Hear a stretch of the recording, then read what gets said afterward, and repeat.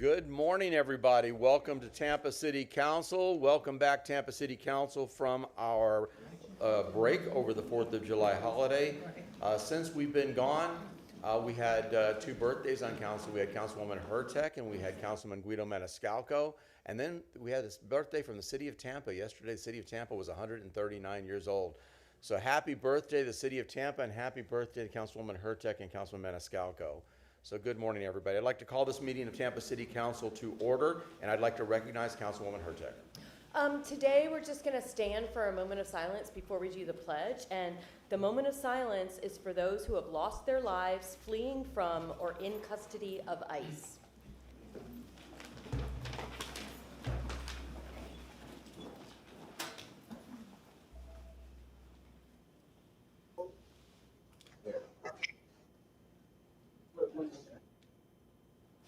Thank you. Councilwoman Hertek, would you lead us in the pledge? I pledge allegiance to the flag of the United States of America and to the republic for which it stands, one nation, under God, indivisible, with liberty and justice for all. Thank you. And Councilwoman Hertek, I just a personal note, thank you for those thoughts. I think all of us that have been watching these news reports have been moved deeply, and especially followed by the Pledge of Allegiance. We have to remember what country we live in. Thank you. Clerk, can we call a roll? Miranda. Here. Maniscalco. Here. Hertek. Here. Young. Here. Vieira. Here. Carlson. Here. And Clendenin. Here. We have a physical quorum. Thank you. I'd like to get a motion for adoption of the minutes of regular session held on June 18th and the workshop and evening sessions held on June 25th. I have a motion from Councilman Miranda, second from Councilman Maniscalco. All those in favor say aye. Aye. Opposed? Ayes have it. Thank you. Approval of the agenda. Item number 1, we have a request to continue to August 6, 2026. Can I get a motion? Motion from Councilman Miranda, second from Councilman Maniscalco. All those in favor say aye. Aye. Opposed? Ayes have it. Item number 3, request to continue to September 3rd, 2026. Motion from Councilman Miranda, second from Councilman Maniscalco. All those in favor say aye. Aye. Opposed? Ayes have it. Staff report and written report. I understand we do not have an administrative update. Is that correct, Chief Bennett? Correct. Okay, Rick. Wait, yes, we do. Remember I'd sent the memo on the cut-through? I do remember. Okay, so we will have an administrative update. Okay. Yeah, just to address. Go ahead. Chief Bennett, you're recognized. Good morning. Welcome back, Council. John Bennett, Chief of Staff. To Councilman Vieira's point, he is accurate on the memo. However, I tend to think that they come from the administration, not from council. So we're using that agenda item as a placeholder for your memo. Yes, sir. And whatever time, it's so long as it's addressed, I don't care. Okay, very good. So no administrative update will be addressed during the agenda item. Okay, further staff reports. Item number 82, a request from Councilman Vieira to remove from the agenda. So that is a motion from Councilman Vieira, second from Councilman Miranda. All those in favor say aye. Aye. Opposed? Ayes have it. Council number 86, a request to continue to the August City Council Budget Workshop. We have a motion from Councilman Miranda, second from Councilman Maniscalco. Councilwoman Hertek. Yes, I just wanted to give a brief reason. I mean, this can be moved, but basically the RFQ for anything that really isn't under contract and going, the administration wants to pause because they don't know what's going to happen with the amendment to reduce property tax. So I was told that beyond Tampa Fire Rescue Fleet and Supply, also there is a TPD training center that's going to be on pause for now. And the city council renovations, we're pausing that until after November as well. So anything, all these big CIP projects, we're pausing. Okay, so we have a motion, we have a second. Which one does that fall under? Does somebody grab that for me? It's the mobility workshop, so I believe, it's the mobility. I think we're going to talk about the order of these workshops as well. I know, which is why I said it's since it's under infrastructure and mobility, it should be the mobility and stormwater workshop. Well, that may change. That's going to change for now. Well, why don't we say it'll be continued to the mobility workshop? Yeah, and that's then why it'll ride with wherever the mobility lands. Yeah, so that's why I did that. I didn't give a date. I said with the mobility workshop. Yeah, mobility workshop, it'll ride with wherever mobility lands. Okay, so we have a motion, we have a second. All those in favor say aye. Aye. Aye. Opposed? Ayes have it. Item number 88, request to continue to September 3rd. Can I get a motion, a second? Second. A motion from, I believe, was the Councilman Miranda, second from Councilman Maniscalco. All those in favor say aye. Yep. Aye. Opposed? Ayes have it. Item number 91, a request to continue to August 6th. We have a motion from Councilman Miranda, second from Councilman Maniscalco. All those in favor say aye. Aye. Opposed? Ayes have it. 92, request to continue to September 3rd. So moved. Motion from Councilman Maniscalco, second from Councilman Miranda. All those in favor say aye. Aye. Opposed? Ayes have it. Thank you. Item number 93, to continue to So August moved. 27th. Second. We have a motion from Councilman Carlson, second from Councilman Maniscalco. All those in favor say aye. Aye. Opposed? Ayes have it. Item number 95, request to continue to September 17th, 2026. So moved. A motion from Councilman Maniscalco, second from Second. Councilman Carlson. All those in favor say aye. Aye. Aye. Opposed? Ayes have it. And let's go to the staff reports. Mr. Chair, I Councilman Bureau. apologize. What item was it 80 or 81 continued? We have, no, 82, 86, 88. I was gonna say, okay. 91, 92, Sorry. 93, and 95. I wasn't making sure, thank you. I did want to say something about 95. Go ahead. Because that's the costs and steps to purchase the property connected with Marti Cologne. And I have been working on this. It's not that we're continuing it for no reason. I am working on it. Okay, let's go to staff reports and what we need, who we need. Who, what, when, where.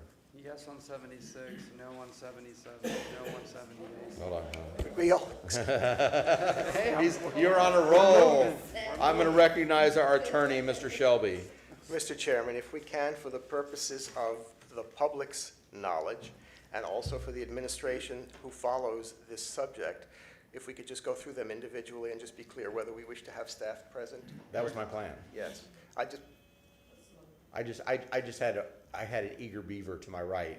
Tan rested and ready.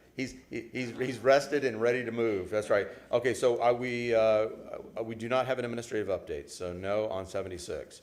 77. Wait, what about Vieira? No, because it's gonna ride with the agenda item. Okay. Is there his report? 77? No, No. 78? no. No. 79? No. No. Yeah, these are all just the, technical. 80? Yes, okay. Yeah. I would have been shocked that it wasn't a yes. 81? And no? I just want to say that I may have something to say about this. This is a lot of money, and I'm still wondering why we just don't hire more people. So, I don't know that we need staff for it, but I just wanted to throw that out there. So we can put that down, but I think that's a lot of money to hire extra people.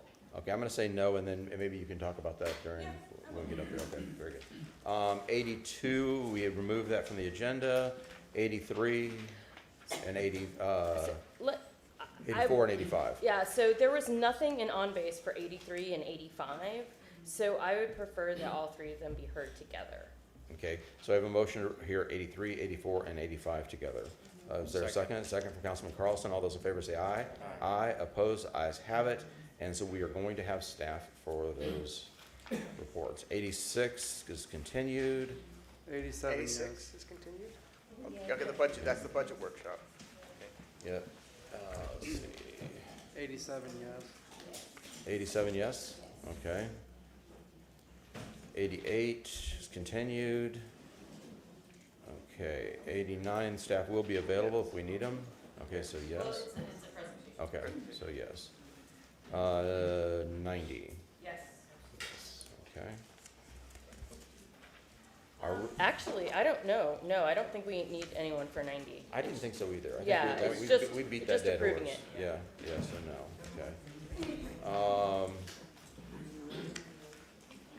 I move to approve Thank you. 94. We have a motion to receive and file all the written staff Written staff reports. reports, Okay. which we is have- only one. I have a motion. Oh, okay, Yeah. sorry. I have a motion from Councilwoman Hurtak to receive and file the staff reports. A second from written reports. Second from Councilman Maniscalco. All those in favor say aye. Aye. Opposed? Ayes have it. Okay. Yes, sir. Wait. I know it's on the consent agenda. Maybe we can bring it up for public comment, but we did receive a couple of emails on 50 and 51. There were requests for continuance.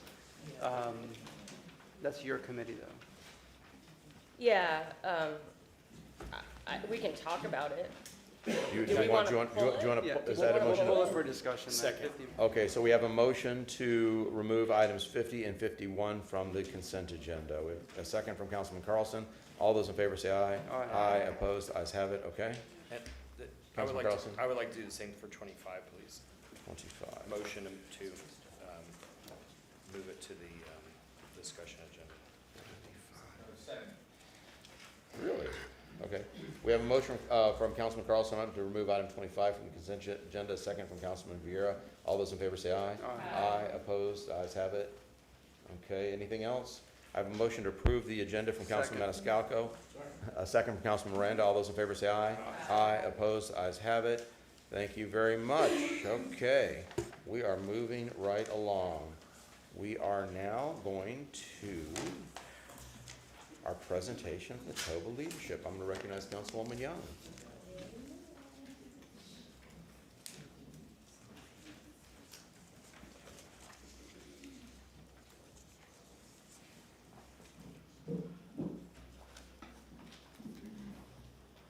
Before Councilwoman Young speaks up, let me announce something. We had a technology upgrade to our how we interface with folks that are not in council chambers and with council. So our online speakers and our staff that is listening, they may see some technical difficulties. They may show that you're muted or not muted. So we're just going to have to kind of stumble through that today until they get some of those issues resolved. I just want to make sure the people that are waiting online to either speak or the folks that are staff that may be listening and we're trying to chime in on things that they may experience that throughout the meeting today. Councilwoman Young, thank you so much. That's not included in my 10 minutes, is it? It is not. Start the timer.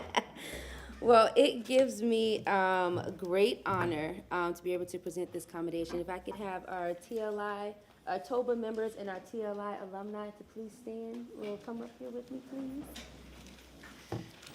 So as you all know, I am a graduate from the TOBA Leadership Institute class of 2024. So it gives me great honor to be able to present this commendation today to the Tampa Organization of Black Affairs.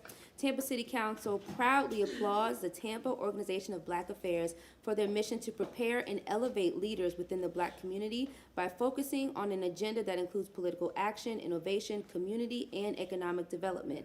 The vision of the TOBA Leadership Institute is to become top producers of innovative businesses and community leaders who are focused on building and developing sustainable Black communities in Tampa Bay. Since 2020, TOBA Leadership Institute has successfully graduated 7 cohort classes. Graduates of TOBA Leadership Institute have gone on to serve as elected officials, launch and grow businesses, advance affordable housing and community development initiatives, lead within corporations and public institutions, and provide dedicated service on nonprofit boards and community organizations. They have used their talents and influence to expand opportunity, address critical community needs, and advocate for a more prosperous and equitable Tampa.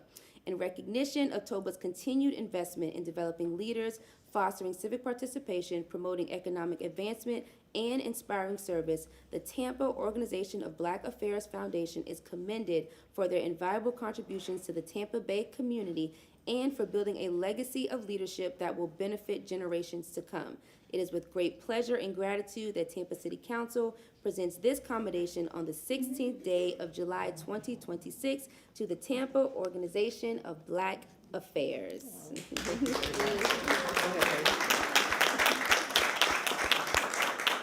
Councilwoman Young, thank you to the Tampa City Council on behalf of the Tampa Organization of Black Affairs Board.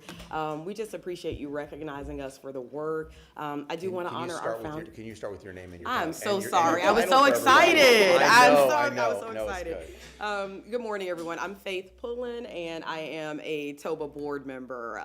Sorry about that, but I was very excited. But I do want to thank the council, again, honor our founders who always wanted and had the vision for leadership, and I'm a graduate of TLI as well. And so, again, just thank you for this honor on behalf of the board, and of course, the TLI board chair. I would like to turn it over to her. Thank you. Good morning. I am Kiana Romeo, the TOBA Leadership Institute Board Chair. Thank you again, Councilwoman Young, and to all of you on the dais for your consummate support of the TOBA Leadership Institute. It would be remiss of me not to mention that we are here because of the vision of a woman named Corrine Collins, who many years ago had the idea for this Leadership Institute, and we were blessed to be able to bring this into fruition in 2020. As my fellow board member Faith mentioned, there are several different committees in TOBA, and our success is based on all of those board members and their support. And also, I want to thank our Executive Planning Committee for all the work that you do, including our Program Director, Carrie Knowles, who has been a part of this journey from the beginning. So I want to just publicly acknowledge you as well. Yes, indeed. So thank you again for your support. Looking forward to graduating more people from this program. To date, we've had 100 participants and graduates who have gone on to make real impacts in the community. And it's our goal and our focus and our mission to continue to produce leaders that are able to contribute to the city of Tampa. Very good. Thank you. I don't know if there's anybody else who wants to. Carrie? Carrie, come up here. I just want to say it's Start an with your honor and a name. pleasure to, I'm sorry. My name is Carrie Knowles. I'm the program director for the TOBA Leadership Institute. From the inspiration from Corrine Collins, as Kiana mentioned, to today, it has been an honor and one of the ultimate privileges of my life to see this program grow. And I'm excited to see where it goes in the future. And I want to thank you today for taking the time to not only recognize TOBA, but the Leadership Institute as well, and everything that we're doing in the community. We look forward to many more wins to come. Thank you. Okay. Thank you. Thank you.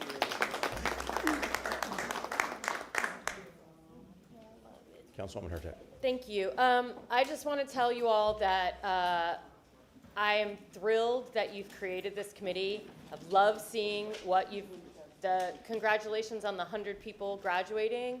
There is nothing more important than grassroots organizing and leadership and teaching. So congratulations for starting that, and I wish you many, many years of success, and you'll have it because we have a lot to do. Councilman Carlson. I'm going to put you on the spot if you don't. Can I ask you to go back? Thank you to all of you for all you do. As my colleague said, leadership programs are really important, and we see evidence of it here. I just wanted to put Councilmember Young on the spot. She talks about proudly this her time in this program, and could you just, for the public's sake, maybe spend 30 seconds telling about how the program personally impacted you and what you got out of it? Oh, absolutely. Nye. Start with your name. Naya Young. I think it had been, I went to, I think it was a meet and greet, like a TOBA meet and greet, and that was in 2023, I think it was. Councilwoman Young, you're supposed to address the I'm council. sorry. This is harder than it looks. I went to a meet and greet in 2023, and I was like, oh, I want to do this. I want to do this. But it's just the time. It just felt like I didn't have enough time. Things didn't align. And so 2024, and I said, okay, I think I'm just gonna do it this year. I'm just gonna do it. And when I tell you, the group that I was a part of, I'm still really good friends with. We all still communicate with each other. And just what I was able to learn, I was still working in nonprofit at the time. And so I was able to, really apply some of the things that I was learning in my nonprofit work, and also, make these awesome connections, and just learning more about, leadership, being involved, different things that are, going on in the city that I didn't even know about. We were definitely stretched, as CT would say, but I learned so much, and now being in this space, and then having, to meet meeting the TLI, some of the cohort members that just graduated, they were, coming to me and talking to me and asking me questions. I was like, man, it's really full circle. But I'm just really excited to have been a part of the program, and to see all the amazing leaders that have come out of it. It's really amazing. And you learn so much. You learn so much. You gain so much knowledge, and you make, great relationships and networking. And one of the things that we learn, your network is your net worth. And so having a network of, hundreds of people, I think is awesome. So Thank you. Thank you. Just one last thing with the 100 alumni and anybody who's going through the next classes. you have an ally on city council, but please remember the other 6 of us. We're happy to help any of the folks who have gone through this program in any way we can. You know, our goal is that we want to try to help the community, and so if we can help folks with introductions for their network or invite them to events or whatever, you know, somebody's interested about shifting careers, we're happy to help them. Thank you. Thank you. Well, thank you, Councilwoman Young, for bringing this proclamation, the commendation to council this morning. Thank you, C.T. Harris, for this morning for getting me out of bed at least an hour earlier than I normally do. We had a little meet and greet prior to council this morning, so she got me up and going this morning. And so I had some very choice words for that when the alarm clock went off. But thank you so much. Thank you all for showing up today. I hope you enjoy the rest of your day meeting with staff. We are now moving on to our public comment portion of our meeting. I'm going to recognize Mr. Shelby to read some of the rules.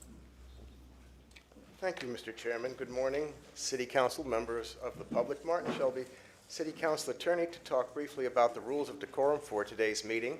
Members of the public are allowed a reasonable opportunity at the beginning of today's meeting to address any item on the agenda before City Council takes official action on an item. A 3-minute time limit applies to all speakers providing public comment. Speakers and members of the public are also reminded to please refrain from disruptive behavior, including making vulgar or threatening remarks or making or causing disruptive noises or sounds or displaying signs or graphics. The chair will rule out of order any person who speaks without being recognized or attempts to address the council from outside the speaker area at the podium. Persons failing to comply with the council's rules may also be ruled out of order and, at the discretion of the chair, may be removed from the chambers and City Hall for the remainder of today's meeting. Now, if you're here to speak on an item that is set for public comment, you will have that opportunity when the item is heard later on in the agenda. And those are items listed on your agenda for public comment, items 61 through 75. No public comment will be taken later during staff reports. The time to speak on those items and the items on the consent docket are now during general public comment. And finally, members of City Council, please refrain from engaging a speaker during public comment, and the public should be aware that the City Council does not comment. This is your opportunity to express your position. Thank you. Thank you very much. And so just a reminder, just so everybody understands, so we've got the speaker. If you wish to speak, you should have filled out a speaker form. If you indicated on your speaker card form that you wish to speak to on-agenda items, what in the world was that? If you wish to speak to on-agenda items, I will expect that when you come to the podium that you'll speak to on-agenda items because you get priority over everybody else. And then we'll follow up with that with folks that chose to speak to non-agenda items. So we're going to start with on-agenda items, and we're going to start with Pamela Cannella on items 50 and 51. Good morning, Pamela. Good morning, everybody. Yeah, good morning. I can turn around. I haven't started yet. Okay. Start with your name. I'm a little slow this morning. I was up late, as you probably all know. Start with your name. Okay. My name is Pam Cannella. I find it concerning that this administration would continue to support the South Howard Flood Relief Project when there is no funding, are major impacts on the community, and no transparency to the viability of this project. The proposed stormwater grant would be better served to the neighborhoods if it were to be applied for a citywide cleaning of our stormwater drainage system. Our stormwater department is still working on catch-up. This needs to be the city's priority. The neglect of this cleaning has left layers of plastics, trash, waste, not only causing flooding, but leaching into our drinking water by way of our drainage pipes to outflows to Hillsborough River and the Bay. The AMI Hospital Pond in Palmacia Pines is a good example. Addressing this area and this retention pond would help with the flooding and our drinking water. Last week, I read an article on SIX, the new pilot program to help reduce levels of PFAS, I think it's called, the forever chemical, and the 6-PPDQ in our drinking water supply. This is alarming that our drinking water has high levels of both of these chemicals. This pilot program findings state that the highest concentration appear near stormwater outfalls.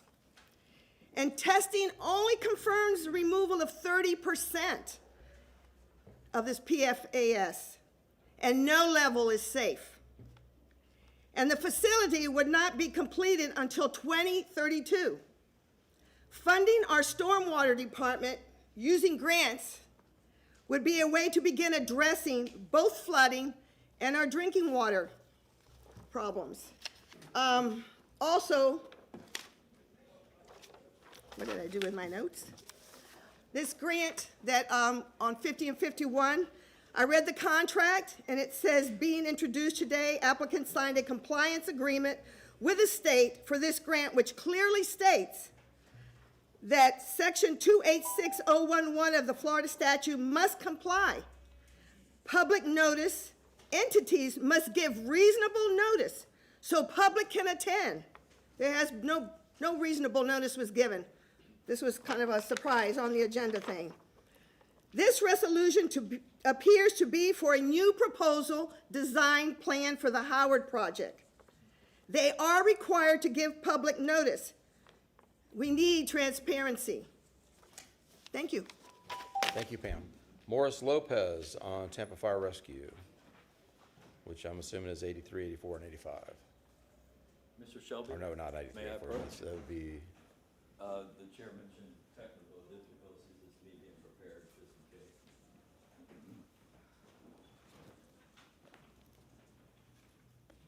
good morning. Start with your name, please. Good morning, Chair and council members. My name is Morris Lopez. I've been a resident of New Tampa for 36 years. I'm here today to request that council work with administration, Tampa Fire Rescue, including the fire marshal, because this relates to NFPA 1, which is emergency temporary access. You'll see on the screen here the first slide that I have. This is the block area showing the Tampa City boundaries, Station 22 and the K-Bar Ranch Parkway while it was under construction. If you look at the next slide, this is as of yesterday. This is Morris Bridge Road going into K-Bar Ranch, and you can see that it's completely paved and accessible. The next slide is the far west end, which behind this gate are the neighborhoods that are high risk right now with extended response times. As I play this, I did this for you Tuesday. This is just a flyover to show you how the road looks. This section here is even open now. People are crossing it.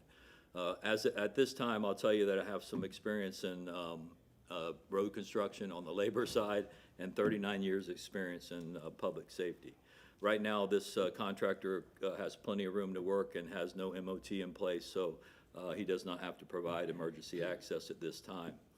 This can be completed very easily with communication and coordination with the contractor so that he can work on either side of the road until it's complete and get the response times that we need. This is just a couple things that would need to be done.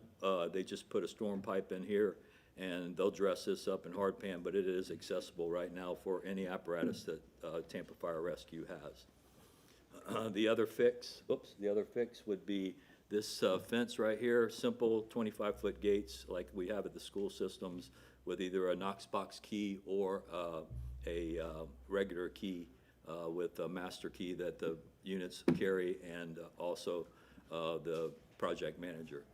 And then finally, I'll just let you ponder on this. I don't know how much time I have left, but this is for real. Every second matters. Everything on here is true. What stands out to me is that we're still in summertime. I'm sure, I don't know how much time I have, but we're still in summertime, and there's a lot of activity at the amenity center. That's one of the areas that are out of play there and takes long response time. So, you know, minutes matter, and I think that this needs to be done immediately so that we can help the residents and fix the problems out there with the response times. And I thank you for listening to me today. Thank you, Mr. Lopez. Stephen Michelini, 50 and 51.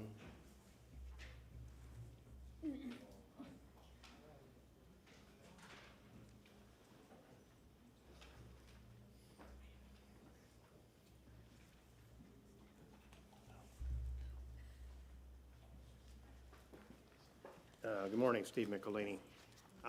Chair, I had a question about, you pulled 50 and 51 for discussion.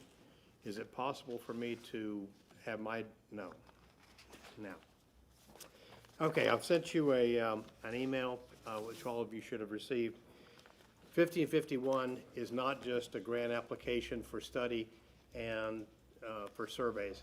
It obligates you to another $46 million under Phase 2, which means you now are obligated to over $100 million in matching funds, and the city has yet to produce the financial backing that shows you where that money's coming from.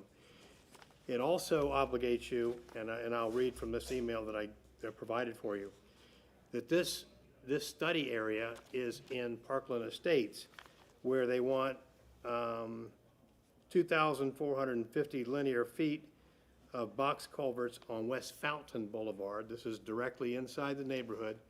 You may remember the city council made a motion about this, not to run this through the neighborhood. Also on Lakeview Road, Morrison, Howard, South Howard, and Bristol, all of which you've taken positions on and said, no, don't do it. So you've also extended this to going down Elita, which is on the east side of Howard, going toward the Crosstown, which is directly adjacent to the Morrison and those other areas. None of this has ever been discussed before. The attorneys for the South Howard Business Alliance requested that all of the documents related to this project be provided back in March and April. None of this has been provided.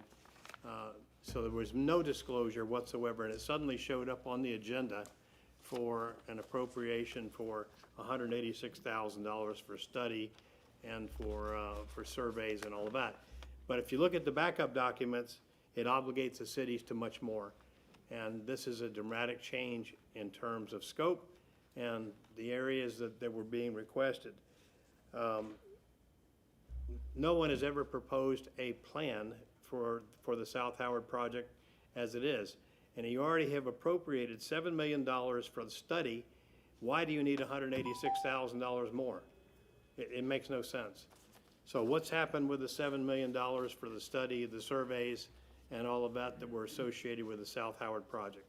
We still continue to contest this project, and this is another backdoor way, apparently, of adding additional areas to the study area without any investigation, and it makes a statement that the serviced area is underserviced by the existing system.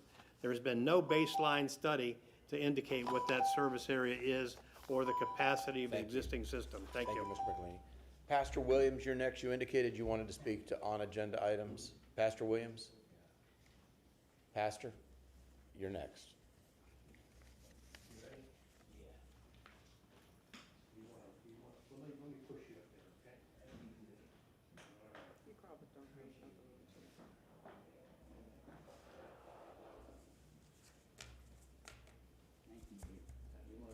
Side or are you up by the? No, I'm right here, I'm good. All right. Good morning, Pastor. Start with your name, please. Good morning. My name is Pastor William, located 1112 East Scott Street. No longer there because they run me out of there because of the color of my skin. And the only people they want there is white people, Puerto Rican. Well, Puerto Rican go for white anyway. I don't blame them. It's better for you to go for white. That way you get more respect than color, people of color. And I'm good, but you know what?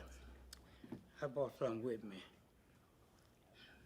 That's basically what I want to talk about this morning. I think I got it in my pocket, but even if I ain't got it, I went and thought I'd get an upgrade on my cable. I went to a place called T-Mobile. That's one of the worst places you get a phone for. I paid $200 and something just to get the phone, thinking I'm gonna upgrade. They upgraded all right, but they want $400 some. I ain't had a phone for a damn month. But can any of y'all look into that for me? Pastor William. And telephone ain't about nothing nowhere. That's why I come down here to speak publicly, hoping that y'all will hear me, but don't nobody want to hear me. And this is 10-cent phone I got here, thinking I could use it. That's all I ought to call no more about 10 cents, but what that the name of that company? T-Mobile. T-Mobile only want your money. They don't care not whether you get the service or not. And it's so sad. And you know what? People here in this audience do more for me than y'all do. And who I can send to? Can one of y'all give me a card number when I hit the street? So I can call them and they'll call the police on me. They don't give a damn about people of color, but we care about ourselves. And we care about Jesus Christ, our Lord and Savior, had brought us through many years of hardship. And we're happy about that. And you know what? I just thank God that we do have Jesus on our side. Because if we didn't, we'd be in a world of trouble. That's how this damn phone here ring all the time. Yeah, don't want us to talk, but we got to talk peacefully and let you all know that regardless of what color we are, give us respect, treat us like a citizen, and love us like a person, and we'll be a whole lot better off. I know this phone gonna ring me out of here, but I ain't happy about what I'm gonna say. I got a whole lot to talk about T-Mobile. You need to get rid of that company. Thank you, Pastor Williams. Hey, Thank you. I'm going. Don't worry, he ain't got to rain on me. You know I ain't raining you. Get it out. Okay, all the rest of the speakers are off agenda items. Jose Vasquez, followed by Raya Imam. Riva, excuse me. Riva, yeah. Jose, good morning. Start with your name, please. Good morning. My name is Jose Alexander Vasquez Figueroa. I'm a partial resident of the program Tampa Hope, located in 3rd Avenue. My business still inside of the business of the city of Tampa. I want to say happy belated birthday to the city councilman and woman. And I want to show you a birthday present I got too. That tree break down on June 8, 2024. That damaged my vehicle and started my nightmare. I've been here for the last 2 years, trying to explain to the city of Tampa to take care of the property belongs to you. Property located 1999 North 59th Street. The city of Tampa already say that's an easement, an improved road, who give me full access to my property. And my neighbors do not want to do what they're supposed to do by the city ordinance. Code enforcement claim mobility, this department, the other department, they have to come together for we can give you a citation. Let's move forward.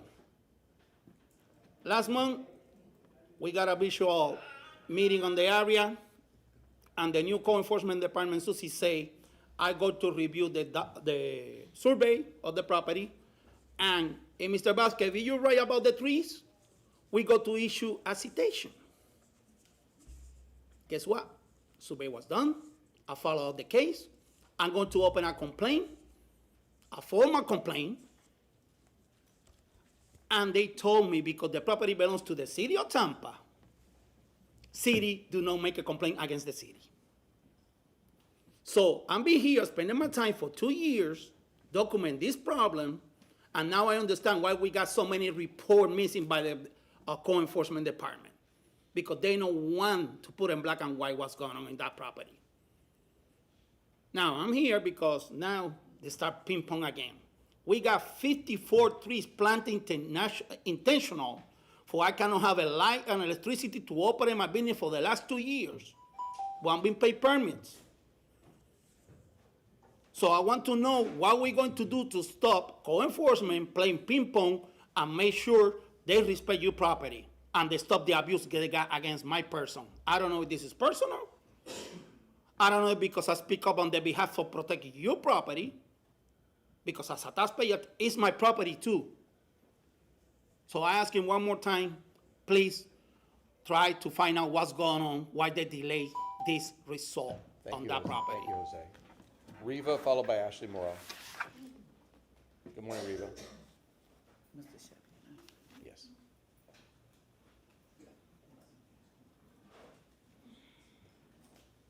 Thank you so much. Start with your name, please. Good morning. My name is Reva Iman, a former resident of Robles Park Village, and I'm here speaking on Zion. As you know, I come down once a month to speak on Zion. It may not be on the agenda item, but I'm trying to keep it alive. Last time I spoke what we were looking for. So today I brought you some things that give you something that you can see why we are seeking the funding that we're seeking. So that way, I have spoken to some of the city council leaders. I look forward to speaking to a few more that I can get on their agenda, so I may speak with them. It is very dear and personal to me as a resident who stayed in Robles, as an advocate for the residents there. I was the resident council president. I advocate for the residents, and I'm still advocating for the residents, but I'm not so advocating for the residents. I'm advocating for all those bodies that the unjust was done as well, to make it just. What we are trying to do is make the wrong right, which it wasn't your wrong, but you can make it right. So what I'm trying to say today is, for my ancestors, I will continue fighting. I will continue being that voice for those who cannot speak, but their spirits can. And I'm here representing them. Not the living, but the dead. The dead that injustice was done to them. I'm their voice right now. Not the voice of the people who will stand there, but the voice of the people who lay there. It is very important to me, for those who have family members that's buried there, that they get the respect of the disrespect that was done to them. So I'm asking the city council to find in their hearts, their spirits, their bodies, and their soul to make a commitment to do the right thing. That was done a long time ago that wasn't right. It is very dear to me as a person, as an African American, as a former resident who may move back there when Robles is built. So I make you commit to please send this through. Thank you. Thank you, Reva. Ashley Morrow, followed by Jade Scott. Morning, Ashley. Good morning, council. My name is Ashley Morrow, and I'll be sharing Tampa's Black History. So, it's Archives Awareness Week. I'm pretty sure y'all know by now, and y'all know I love some archives. So I'm gonna share two stories with you. One, a more popular one, detailing Madam Fortune Taylor's life in regards to her land ownership, and the second about a priest from Sacred Heart in the early days who actually purchased land and sold to Black people. And we learn about this through these documents. So I'm gonna show a few of them. Here is the homestead document of Madam Fortune Taylor when she acquired that land just south of the interstate and north of Tyler area. And it is eventually sold to E.A. Clark in 1878. And she sells the last portion of it in 1890. This is E.A. Clark's subdivision. And as you can see, Fortune Street is listed right here. And this was reservation of Fortune Taylor. That was probably where her house was. Now, a story that we hear a lot is that Madam Fortune made a deal with McFarland, but I don't believe that's true because she had already sold the land by 1890. The bridge was built 2 years later, 1892. Now, I've said that story plenty of times, but when I looked at the archives, I was like, okay, that doesn't match up, so I'm gonna stop saying that. And as a local historian and people that are professional historians, it's okay to say, I was wrong. we found more information. So I would want to encourage historians to try to, you know, veer away from just going with a fantastical romantic story just for the sake of storytelling. Tell the truth. Right.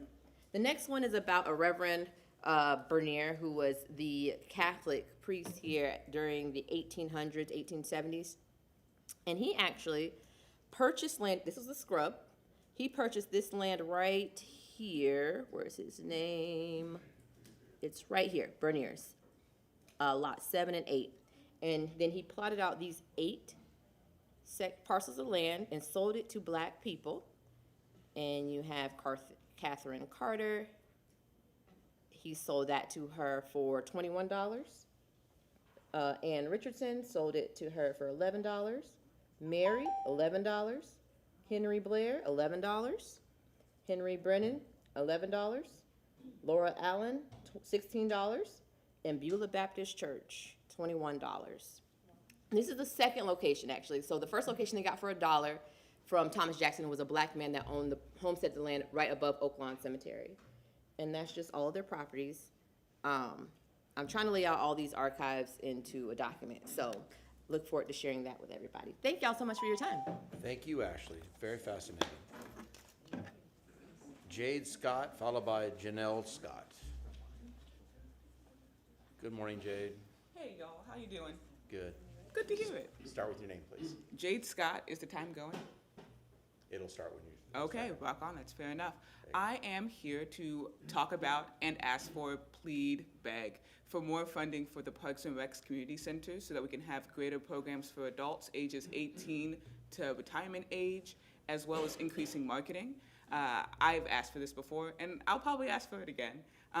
But I am specifically advocating for this because I believe that the community centers really can be the center of the community. They can be a great way for people in their community to meet each other, to build those bonds that make living in Tampa so wonderful, and to really have people sort of embrace being the role of citizen and neighbor. In particular, I think that they should have longer hours as well as programs geared towards, again, adults. We have a lot of community centers that have programs for children, which is fantastic. I love kids. And we also have a lot of community centers that have programs for senior citizens, which is great. I hope to be one someday. But the adults really are an under-tapped market, and they, just because they're a working age, that doesn't mean that they necessarily want to have to go spend like $12 to buy a smoothie so they can justify being in a place to go play some sort of game so they can have some sort of social interaction and stimulation for the day.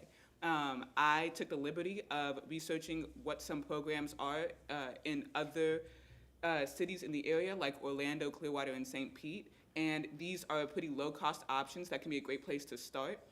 So they have a pretty low barrier of entry, but they could still be fun for the community. And these programs are things like board game night, chess nights, community book clubs, a craft night, sewing circles, movie nights, yoga, tai chi, dance classes and programs, community open mics, writing classes, mahjong nights, drawing classes, community jam sessions where local citizen musicians come in to play with each other, you know, just sort of building up that rapport. We have trivia nights, bingo, people love bingo, and bird watching club.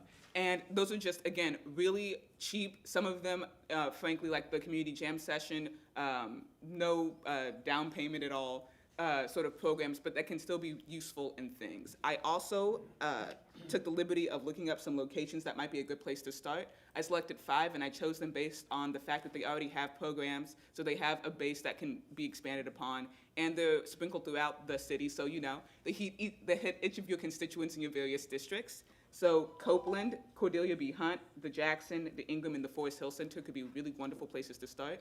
I really do think that when we invest in our community, we can stay focused on centering the things that matter most, which are each other. So I hope you take these things with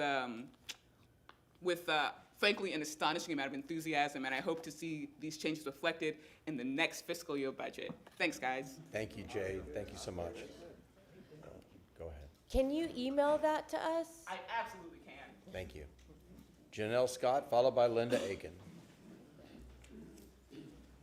Good morning. Can you start with your name, everybody. please? My name is Janelle Scott, and I was recently released June 24th for an arrest that happened December 10th, 2025, where officers said that he arrested me for trespassing at 3:52, but I was already arrested at 3:40. I was arrested at 3:40 for violating the trespass warning, that the trespass warning timestamp is 3:52. So how could I violate a trespass warning if I'm already arrested for trespassing? He also lied on the police report and said I was in a juvenile diversion program. I'm 42 years old. My son and I got the same birthday. Mine is 9/23/83. My son is 9/23/2001. We look just alike. I don't look 42. My son is 24 years old. He has been traumatized by having to wrestle a gun out of his big brother's hand while he had done shot his little brother. But if I would have been out here for him, it would never have took place in my eyes. And I also want to say that I've been advertising everything that I've been going through on Facebook. My page is in my last name first, because my previous Facebook, I couldn't get the email because of me being incarcerated and things like that. Well, long story short, with the arrest, the case was dismissed. I had to represent myself because all of the public defenders in the public defender's office has a problem. They try to get you to play let's make a deal with your life. That's what they're doing. And judges, prior to that, let me get prior to that. Prior to that, I was taken from Grace Point on a case where a judge had me sitting in jail 99 days while my bond was actively paid. So these are the things that's going on with the judicial system that's been broken. And I would like to say something about what the young lady said right here. Why we have all these graves built over black grave sites, but not one Caucasian, Anglo-Saxon grave site has been found yet to be like massacred like that, in a way like that. Well, it's like y'all just wanted us to be like, look at those black people. We'll have them sleeping in their grave. Look at them walling in their grave. They walling in their own graves. We walking over our ancestors and stuff like that's an accident. You got to have a building permit before you do anything. That system ain't changed. That structure ain't changed. So I speak on the God of Abraham, Isaac, and Jacob. Change need to happen, and especially in the city of Tampa, because the grace of God can surpass what y'all got going on. Because for one, every black person that was a slave, it was a log of it. We got their last name. My last name's Scott. My last name's Scott. So with that being said, this need to be addressed. I had you on my fans page on Louise on the previous page when I was being evicted from Section 8 because I had fiberglass coming out my ventilation system and I'm rolling in the bed in it, not even knowing. Thank you so much. Thank you. Linda Aiken, followed by Donna Morrison. Good morning, Linda. Good morning. Start with your name, please. Linda Aiken, 1211 South Gunby in Hyde Park in Tampa. So we have a three-part presentation, and I'm asking, because I'm part three, may I defer to Kathy and then Donna and then me? Okay, I have Donna, I have Kathy. Okay, you want Donna? Yes, go we'll do that. Go ahead. Okay. Go ahead. Thank you. Okay, start with your name, please. Kathy Durden, 1820 West Richardson Place in Tampa. Good morning, members of City Council, and thank you for the opportunity to speak today. We're here because of the redevelopment of Swan Park represents a once-in-a-generation opportunity to create a public space that serves the diverse needs of South Tampa, not just for today, but for decades to come. We support investing in this park. We support new amenities, improved accessibility, beautiful landscaping, and creating a destination the community can be proud of. Our concern is not whether the park should be improved. Our concern is whether the planning process that has been broad enough to ensure the investment reflects the needs and priorities of the entire community. Many people may not realize that this park was once a home of a thriving city-operated community art center. It operated alongside basketball courts, a playground, and a dog park coexisted for years. The art center was extremely popular and classes were filled to capacity with long waiting lists. After years of deferred maintenance, the building developed severe termite damage and mold. Portions were closed, classes continued, but the facility was ultimately shuttered, and the students and instructors were ensured that the city intended to renovate or replace the facility. Instead, the building remained closed for more than 9 years, while the park became increasingly underutilized. 2 years ago, it was finally demolished. Art programming was located to the JCC, where demand now exceeds capacity. Residents have reported waiting more than 3 years to enroll in classes. For many in the Tampa arts community, when the redevelopment of the Swan Park came along, it seemed like an ideal opportunity to restore what the neighborhood had lost. Over the past years, my colleagues and I have met with city staff, city council members, representatives of the mayor's office, Parks and Rec, neighborhood associations, and community leaders to discuss this possibility. Throughout these conversations, we were consistently told that meaningful public engagement would occur before any redevelopment plans were put forward. Unfortunately, that level of engagement never materialized. Neighborhood meetings were scheduled and then canceled. Communication became increasingly limited, and many inquiries from us, the arts community, went unanswered. Then, last week, a public meeting was held with limited notice immediately following the 4th of July holiday. Many concerned neighbors were out of town and unaware. 2 concept plans were presented, none of which included an art center despite years of discussion. Most importantly, when the public survey after the meeting was provided, it invited residents to comment on the amenities provided, not what the community needs and what people want. We believe that this project is important and it deserves a broader public conversation before decisions are made. Thank you. Donna Morrison, followed by Linda Aiken. Good morning, Donna. Morning. Start with your name, please. If you can see that. Hi, I'm Donna Morrison. So why does this matter? The question before us isn't simply whether to build a park. The question is whether the investment addresses one of Tampa's greatest unmet recreational and cultural needs. Fortunately, we don't have to guess.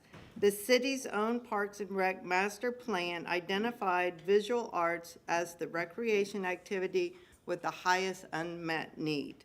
The city's own Parks and Recs master plan showed that 34% of Tampa's households reported a need for visual art opportunities, well above the national average.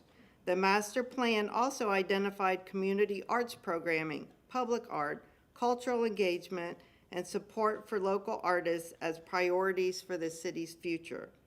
These findings confirm what many of us have experienced firsthand for years. South Tampa has no operated art center. Think about that for a minute. The city operates more than 190 parks. The city has 16 dog parks, approximately 80 playgrounds, numerous athletic facilities, yet there is not one municipal art center serving South Tampa. The few city-supported art facilities elsewhere in Tampa are small, operate with limited programming, and have lengthy waiting lists. Our own privately owned and run nonprofit organization, Tampa Regional Artists, operate from a one-room historic schoolhouse of 1,100 feet. We are one room with 3 parking places. Every class is full. We cannot expand to meet this demand. As a result, I regularly recommend that Tampa residents travel to Bradenton, Sarasota, St. Pete, Clearwater, Dunedin, because we don't have the facilities to help them. Bradenton offers an excellent example. Although its population is only a fraction of Tampa's, it recently partnered with the private sector to create a beautiful 28,000 square foot facility that has become a cultural and economic powerhouse for the community. For years, many of us have suggested that Tampa explore similar public-private partnership. We have even offered to help raise private funds. This doesn't have to be an either-or decision. A thoughtful designed art center could easily coexist with playgrounds, courts, trails, green space. This park is large enough to accommodate both. This map here shows what the city or Parks and Rec presented last week. It's the entire park.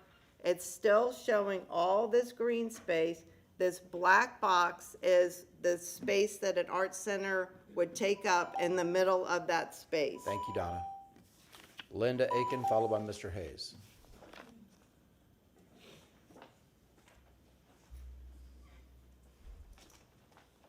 Hello again, Linda. Start with your name again. Good morning, Linda again. Full name for the record. Linda Aiken. That's how they document Thank stuff. you. Thank you. So we have a better vision. I'd like to conclude by discussing the opportunity before us. This park is bordered by the Selman Expressway, busy roadways, and large expanses of asphalt.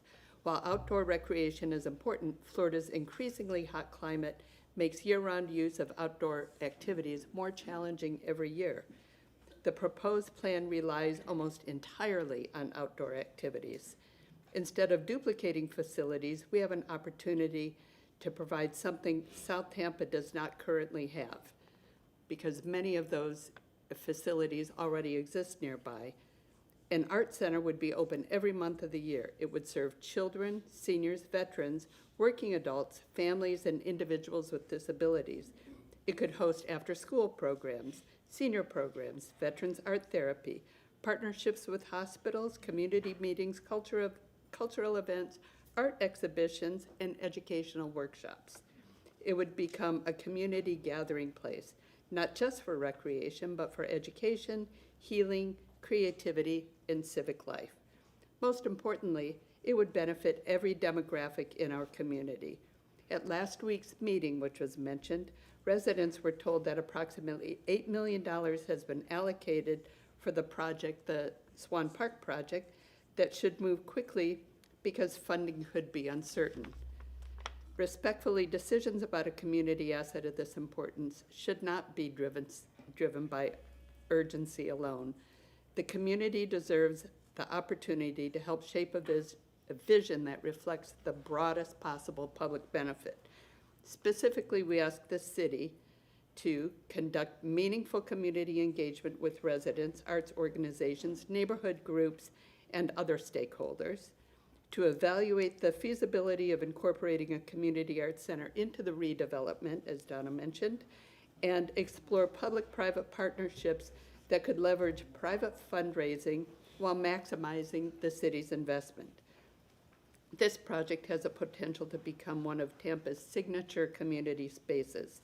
Let's make sure we seize this opportunity to build not simply another park, but a destination that reflects Tampa's creativity, diversity, and aspirations. Thank you for your time, your service, and your thoughtful consideration. Thank you so much. Mr. Hayes, followed by Robin Lockett.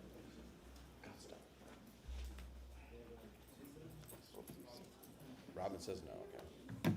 Grand Rising, good morning, City Councilwoman, City Councilmen. You got my friend down there? I sure enough do. Cairo is always with me.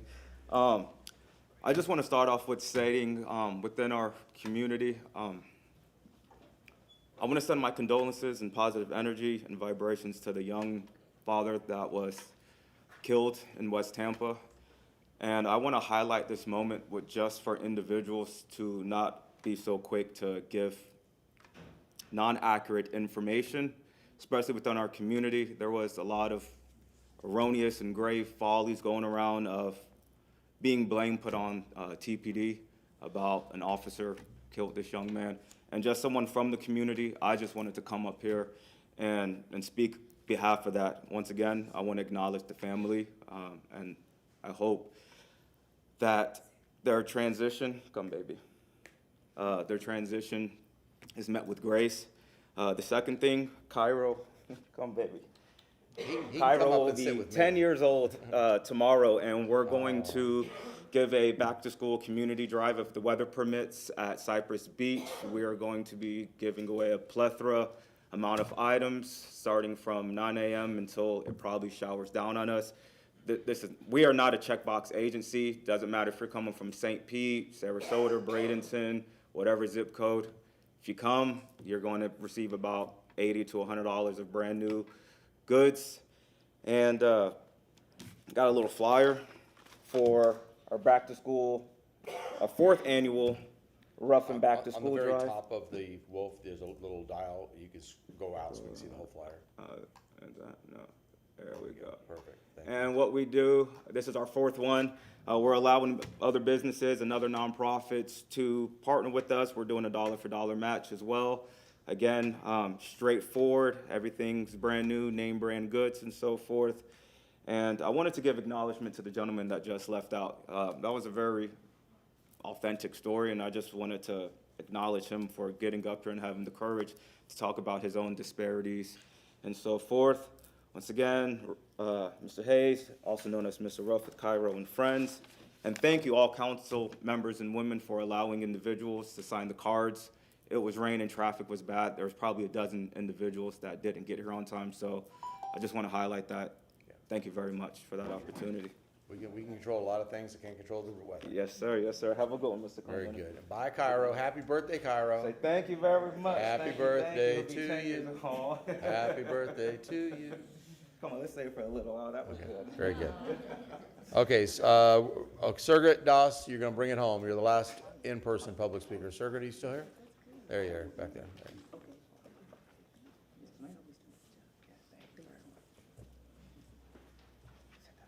Good morning, sir. Hey, good morning. My fault. I was actually expecting Robin to get up here and run off for a little while. I wanted to give you all something. Not at all. Yeah, you see the. I typically don't wear this, as you all know. I was doing a little bit before I came in here. And but I always do represent the greatest institution of higher learning in the city of Tampa. My name is Shagret Doss. And oddly enough, you know, a question spawned this document that you all have, and it's crazy. And I understand the uphill battle, but I was actually doctored at the United States Supreme Court, so we're up and running. But the question is, who owns stolen property, the thief or the victim? Because that's what caused this whole malaise here. Now, I understand that being a pro se litigant going to the United States Supreme Court is an uphill battle, and I'm not myopic by any means whatsoever. I don't even need them to give me cert. I just need them to review the case, which kind of involved with the gentleman, wish he hadn't left, about an improper arrest, because that's what started the whole thing with me. And for the people who are listening, and I really wish the guy had stayed around here, I'm guaranteeing that his story was correct, because that happened to me. A police officer of the city of Tampa falsely accused me of a crime that he claims was told to him by a former sitting judge. And I know I can't litigate the case here, I'm not even trying to. But what I would like for people to do is to take some inspiration, because it's about the fight. It's about not laying down to anything, and I hope this gentleman who had his unfortunate circumstance can find somebody who will represent him in this cause. I suffered the same set of circumstances, and they offered me a deal on the last day after the Florida Supreme Court sent the judge in from outside of the outside the county to hear my case after being prosecuted in this county for 7 months under a charge for something I did not at all, which kind of goes back to that Fourth Amendment malicious prosecution issue that I raised, and the 11th Circuit struck it down without giving a proper analysis of the underlying charge. And there was binding precedent for it, but they didn't do it. And the other issue is the intracorporate conspiracy issue as to whether or not the judge, the cop, and the sheriff belong to the same entity, which we know they don't. Those are 3 different jurisdictions.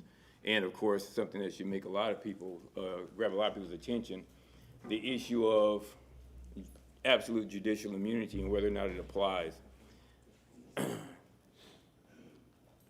I want everybody who's out here to also keep in mind that democracy is a participation sport.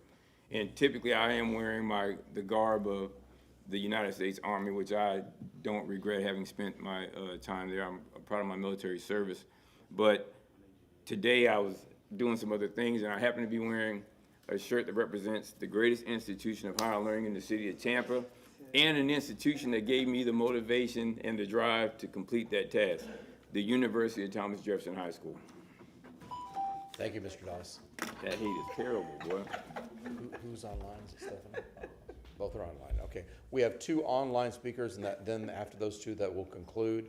Roxy Lackman. Roxy, are you online? Can you unmute yourself, please?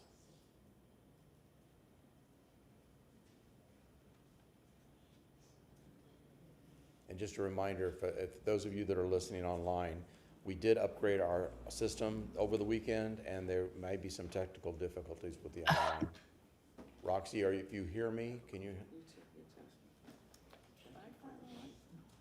What do you? Muted. Can you hear me now? There we go. Hey, Roxy, Great. good morning. Can you start with Great. your Yes, name, there were please? You have 3 little minutes. difficulties there. Thank you, thank you.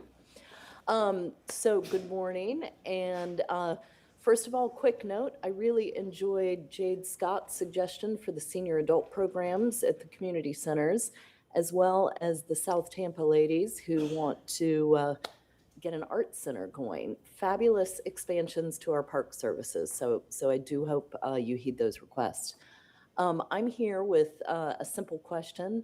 I am wondering why the brand-new, beautiful Fair Oaks Community Center, where the grand opening was celebrated, what was that, about 10 months ago, May 6th, there's still no listed fees for public rentals of the indoor space. I've personally been calling since early June, and every time that I inquire, I'm trying to host an event in October, and I'm told that the city council has not yet approved the rental fees.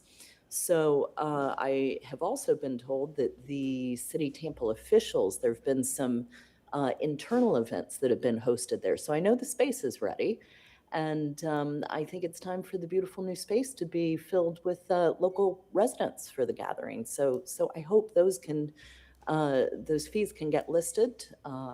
Anyway, thank you for your time and consideration, and I'm very sorry I could not join you in person today, but I'm happy that the new tech is up and running. Thank you. Thank you, Roxy, and I'm sure you've got 7 council members taking note of your comments. The last speaker registered, last but not least, Stephanie Pointer.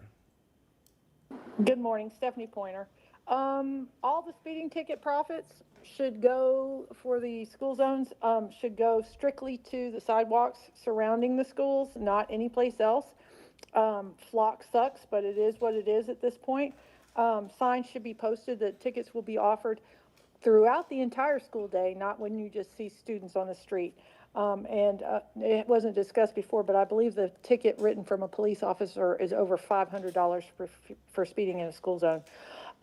We need throughout all of our committees, throughout the entire city, NRAC, the Veterans Committee, Budget Committee, blah, blah, blah, on and on and on. There needs to be uniformity in the way that members can be removed with or without cause. There needs to be I don't understand how any members of city council can, in good conscience, appoint somebody for 2, 3, 4 years when they know that their term expires in a year. There should be a way that people should be able to put elected officials should be able to put their own representatives in those seats. Number 94, I find it very interesting that the documents from Reftalis are dated this month when we've had those documents for a considerable amount of time. I know that I met with staff members in the last 6 months and they had that data then.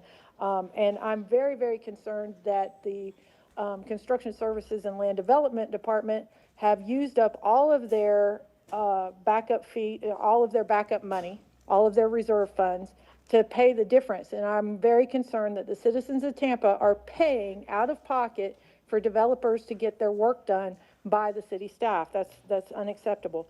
Last but not, of course, least is the Howard Avenue project. Everyone in that room should be offended by that project because it is going to eat up every single solitary remaining dollar of our stormwater assessment. So that means if we want another stormwater project, we're going to be paying more money out of pocket. And nobody has proven at this point that this is a project that's going to be successful and that it's going to provide ample protection for the people that they say that it's going to protect. If they just clean out the stormwater gutters instead of spending 5 weeks a year working on parades, then maybe we could get this stuff done easier. All right. Thank you very much. Have a good day. Thank you, Ms. Pointer. Enjoy wherever you're at. Okay, that concludes public comment. Thank you so much. We're moving on to board and administrative appointments. We have 3 this morning. Item number 4 is Shirley. There she is, right on cue. I'd like to recognize our wonderful clerk, Shirley Fox Knowles. Good morning, Shirley Fox Knowles, City Clerk. I would like to present Jerry Hosey, attorney, vying for the position of member of the Historic Preservation Committee. Thank you. He's behind the other side there. Good morning, Jerry. Start with your name, please. I'm Jerry Hosey. Very good. Did you want to make any remarks or just introduce yourself? Yeah, like she said, I am an attorney. I practice condo HOA law, but before you get the pitchforks out, I promise don't hold it against me. But yeah, I'm applying for a position for the Historic Preservation Commission. I moved to the city about 8.5 months ago and immediately fell in love with it. Wanted to contribute to the betterment of it and tried to figure out how to do that. So I researched it, found the Historic Preservation Commission, spoke with Fernandez and put an application in. I have experience as an HOA attorney for the last 4 years. Part of that job is for architectural review, stuff like that, advising clients on things of that nature. And while I know that other boards deal directly with that more so, most of our clients would tell you that the reason they want to put these restrictions in place is more because to protect the identity of their communities, which I believe historic preservation is similar to. In addition to that, I am taking my PhD in history currently, and when I focus more on the American Revolutionary era, there are classes that we're taking, especially in the fall, dealing more with preservation issues, particularly with digital history and things of that nature. And I think that, with my experience, that I can help contribute to the city and help make it a better place for everyone here. And hope you guys agree. Thank you very much. Does council have any questions? Hearing none. I have a motion to appoint from Councilman Maniscalco, a second from, I heard Councilwoman Hurtek first. All those in favor say aye. Aye. Opposed? And Today, I'll do that today. Okay, Mr. Shelby will bring back the resolution making it official. Congratulations. Thank you. We appreciate your good work. Okay, Ms. Fox Knowles. Item number 5. Oh, okay, it's mayor, that's right, okay. Okay, so item number 5 is the approving the reappointment of Kimberly Fruit. Kimberly, are you in the audience? Here now, we have a motion from Councilman Maniscalco to approve appointment, second from Councilman Vieira. All those in favor say aye. Aye. Opposed? The ayes have it. Thank you. It's unanimous. And Mr. Shelby, do we have to bring back a resolution for that one too? No, that was provided. Okay. Oh, that was a resolution. Okay. Then we have another resolution, item number 6, for the mayor's reappointment of Anna Wallrapp. Are you in the audience, Anna? Not. We have a motion from Councilman Miranda approving the resolution. A second from Councilman Maniscalco. All those in favor say aye. Aye. Opposed? Ayes have it.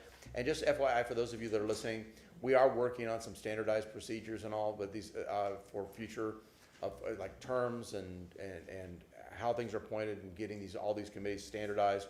But right now, these are all very critical appointments, so we needed to move forward on these appointments. Okay, very good. So that concludes that portion. We're now. Are there any requests for public for reconsideration of legislative matters? Hearing none. Councilwoman Hurtek. Wasn't one of the things you were Oh, going yeah, to be that's doing true. to read the open boards You and are commission? right. Let's do that. So right now, we Go ahead. have. Councilwoman Hurtek, would you Yeah, read I it already for have me? it open. So Okay, good. we have, and this one, we have a position for the Affordable Housing Advisory Committee for a resident of Tampa. So pretty much anybody. I serve as chair of that committee, and we do a lot of really good things. So if you know anyone, and Miss Robin Lockett is also on the committee. So if anybody has any interest in housing, it's just a resident of Tampa. That's all you have to be. Particularly if you are interested in affordable housing, that would be great. 2 positions for the Architectural Review Commission, 1 an alternate and 1 a public policy member. 2 appointments to the Barrio Latino Commission, 1 for an architect and 1 just for a resident of Ybor City. Civil Service Board, it says just board member, so I believe that's probably at large.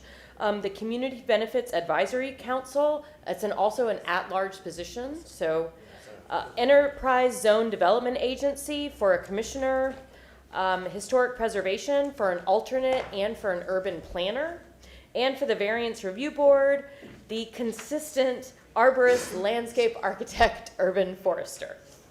Very good. And at least 2 of us up here served on the Civil Service Review Board, so it's a very interesting. I was on the board. VRB. And you're on the VRB, yeah. Okay, very good. Now we're moving on to the consent agenda. Councilman Viera moves item 7 through 8, a second from Councilman Miranda. All those in favor say aye. Aye. Opposed? The ayes have it. Councilwoman Young, would you move 9 through 20, I please? move items 9 through 20. We have a motion from Councilwoman Young, second from Councilman Maniscalco. All those in favor say aye. Aye. Opposed? The ayes have it. Councilman Maniscalco, would you move 21 through 31 with the exception of 25? I move items 21 through 31 with the exception of 25. Okay, we have a Councilman from, motion from Councilman Maniscalco, second from Councilman Miranda. All those in favor say aye. Aye. Aye. Opposed? The ayes have it. Councilman Miranda, would you move 32? Item 32 to 37. Okay, hold on. Councilman Reddick, you had a question? Yes, I just wanted to remind council that item 37 is the mayoral approved audit work plan, and we have about 30 days of which to consider adding things to that plan.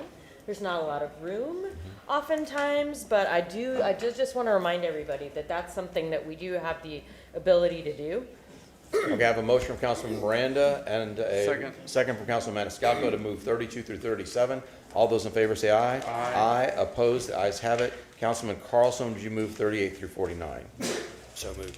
We have a motion from Councilman Carlson, second from Councilman Maniscalco. All those in favor say aye. Aye. Opposed? The ayes have it. Councilwoman Hurtak, would you move 52 and Yes. 53? I move items 52 and 53 and 54 with the substitute resolution. There we go. Second. We have a motion from Councilwoman Hurtak, a second from Councilman Maniscalco to remove 52, 53, and the substitute resolution in 54. All those in favor say aye. Aye. Aye. Opposed? The ayes have it. Can I get a motion to set the public hearings So for moved. 55 through 60? So moved. This is something. Oh. We have a motion from Councilman Maniscalco and a second from Councilman Miranda to set the public hearings of 55 through 60. All those in favor say aye. Aye. Opposed? The ayes have it. Thank you. Can I get a motion to open the So public moved. hearings? We have a motion from Councilman Maniscalco, second from Councilman Miranda, to open the public hearings. We are moving on to item number 61. What's that? Not yet. Oh, all those in favor to approve, open the public hearing, say aye. Aye. Opposed? The ayes have it. Thank you. Thank you. Okay, item number 61. Good morning. This is Quinn Seal with Planning Commission staff. Can you hear me? Yes. Yes. Yeah, can we pump up the volume of CTTV? I don't know if it may be part of this WebEx upgrade, so I don't know. Yeah, it's not letting me turn my camera on either. Okay, go ahead. We can hear you. It's really soft. Okay. Quinn Steele, Planning Commission staff. Item number 61 is file number TACPA 2519. This is a comprehensive plan map amendment to change the future land use designation for the subject properties from light industrial and public semi-public to public semi-public. The City Council approved this item on first reading on April 23rd, 2026, and it's back before you today for second reading consideration. That concludes my presentation. Okay, I have a question. I know this is non-quasi judicial, but we're not seeing the staff on monitor. Is that something we have to get resolved before we get to the judicial stuff? Yeah, okay. So, okay, very good. Councilman, does council have any questions? And Councilman Viera, just to confirm, you were absent and that you've reviewed the record? Okay, very good. Thank you so much. Okay, is there anybody in the public that wishes to speak to item 61? We have a motion to close from Councilman Miranda, second from Councilman Maniscalco. All those in favor say aye. Aye. Opposed? The ayes have it. Councilman Carlson, would you read item 61, please? Move file number TACPA 25-19, ordinance being presented for second reading adoption, ordinance amending the Tampa Comprehensive Plan future land use element, future land use map for the property located at 4615 and 4801 East Fowler Avenue from light industrial LI and public semi-public P/SP to public semi-public P/SP, providing for repeal of all ordinances in conflict, providing for severability, providing an effective date. I have a motion from Councilman Carlson, a second from Councilman Miranda. Please record your vote.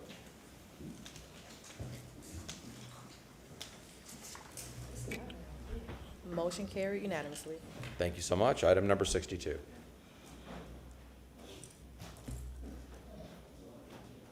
Staff for item. Ross Sammons, Development Coordination. Presenting file number BAC 23-20 for second reading and adoption. I'm available if you have any questions. Does council have any questions on item 62?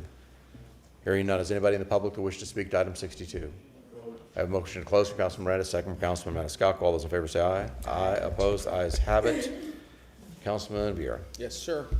Move an ordinance presented for second reading adoption ordinance, City of Tampa, Florida, correcting a scrivener's error by amending ordinance number 2024-35, which vacated, closed, discontinued, abandoned all rights of ways and alleyways located north of Oak Avenue, south of Palm Avenue, east of Tampa Street, and west of Florida Avenue, within the plat of Highland Park First Edition subdivision of City of Tampa, Hillsborough County, Florida, by amending Exhibit A to add a small area that was inadvertently omitted from the legal description, repealing conflicts, providing for severability, providing an effective date. I have a motion from Councilman Vieira, second from Councilman Maniscalco. Please record. I'm sorry, Councilman Miranda. Please record your vote.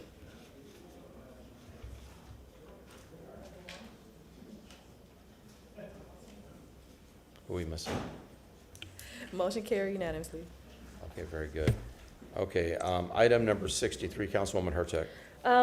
As I see that we have members of the police department here today, I would like to make a motion that 83, 84, and 85 be heard before we vote on 63. I think it will take just, 5 minutes at best. Okay, let's see where they at on the, Yeah, they're here. so you want to move them out during the public hearing though? Yes, because it's about voting on 63. This is about the school zones and the flock cameras. Yes. Yeah. I second that. You think it's, Mr. Shelby, is that fine to do this during the public hearing? Well, you're going to, it's not actually, if you want it to be part of the public hearing, certainly you can. Okay. If that's Okay, what you then desire. that's My fine. vote is contingent on Okay. what they have to say. So I have a motion from Councilwoman Hurtak to hear items 83, 84, and 85 at this point during the public hearing. A second from Councilman Maniscalco. All those in favor say aye. Aye. Aye. Opposed? Okay, ayes have it. Very good. Then we're going to move right straight to 83. Is staff ready to present for 83? And they can all be heard together. Okay, I see. We're hearing 83, 84, and 85, so. Yeah. If you have anything to say about 83, 84, and 85, then now is your time. Speak now or forever hold your peace. All right, thank you, Council. Deputy Chief Patrick Messmer, Tampa Police Department. Yeah, we are here for a couple items here. There were some motions made regarding item number 63. First, I'll go over item number 84, which I think is probably the simplest one, and I know this was put into on-base, but I can put it up on the projector as well. That is the affidavit that was provided by Red Speed saying that they will not share any of the data that's captured by the cameras with Flock, with any other provider, and that would be a material breach of the contract, and the city would be able to terminate the contract. So I think that has addressed that specific issue that has come up about sharing the data with Flock or sharing the data with other providers, because that is something that's prohibited both by the state statute and also by the city ordinance. And then item numbers 83 and 85, kind of together. They're pretty much very similar, talking about other potential vendors. So we did have the purchasing department look at some other options for piggyback contracts. There were a total of 3. The issue with that is all of these other providers have stipulations that they will integrate their data with third parties. Flock may not be specifically mentioned, but they do integrate with LPRs if the customer wants that, because in other jurisdictions where the law does not prohibit that, the customers want that integration. So there are other providers out there that we could potentially piggyback on, but you're going to still have the same issue that those providers do have the ability to integrate with third parties. But again, because the contract prohibits that, because the statute prohibits that, because the city ordinance prohibits that, whether it's Red Speed, whether it's any of these other providers, that is not going to be the case in the city of Tampa. And then one of the other items was regarding procurement with a company that does not do business with Flock. And our understanding with that is that to disqualify a potential vendor just because they may have a relationship with another company would not be following the city's procurement rules. So that would be the answer to those particular questions. But regardless, there is going to be no integration with Flock. There is going to be no data sharing. There is going to be no retention of the data that was captured by the LPRs, by the cameras, unless there is a violation. That is the only time that the violations are going to get processed, is when the cameras do capture a violation. There is going to be no license plate reader use, no surveillance, because that is prohibited by both state statute and by the ordinance. So again, we're here today just to change the list. We've already passed the contract. We already do have the ordinance that has the schools in there. We're just changing the list from the original schools to the new number of schools that has a better geographic representation. And I don't know, we have the map. I can put I know we were asked to bring maps of the old and the new. This is the new proposal for the cameras that came out of the speed study that was done recently. There is a larger geographic distribution than the previous cameras. You can see we have cameras up in, more of them in South Tampa, more of them up in the new Tampa area, and then this was the previous study. Most of the cameras there were concentrated in the East Tampa area and in the West Tampa area. So I can try to put these both there so we can see. So that's the left side is the new proposal based upon the speed study. The right side was what's currently in the ordinance. There are 6 of those cameras that are currently in the ordinance that are still in the new proposed ordinance. We have already moved forward with the permitting process to get those 6 cameras operational as soon as possible, because again, they are in the ordinance as it is written. So we would ask you to pass the ordinance on the second reading, and I can answer any questions anybody has. Councilman Carlson, then Vieira. Yeah, the original, just to reiterate some things you said, the original ordinance was approved a long time ago. The contract was approved a long time ago. I voted against the contract for some of the reasons that have been discussed. But this is just, as you said, to expand, going back to these maps, is to expand to go into other areas. One of the new schools happens to be one that my son goes to, and I see the speeding going on around it. And so we obviously need to do something, and ultimately this is about speeding. We have a parallel motion going through, like somebody mentioned in public comment, to try to make sure the money is not a slush fund for some administration, but that it's designated for school safety, and that will be coming back another time. I don't think it's right that these are concentrated all in East Tampa. It needs, if we care about public safety, we need to not look like we're picking on one neighborhood. We need to provide safety throughout the city. To the other point, though, about privacy, there's a general concern about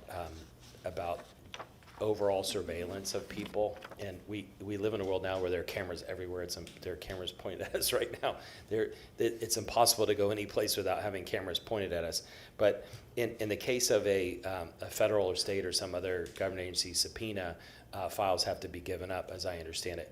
What if somebody does not get a ticket? If they're going to get a ticket, I understand that file will be preserved.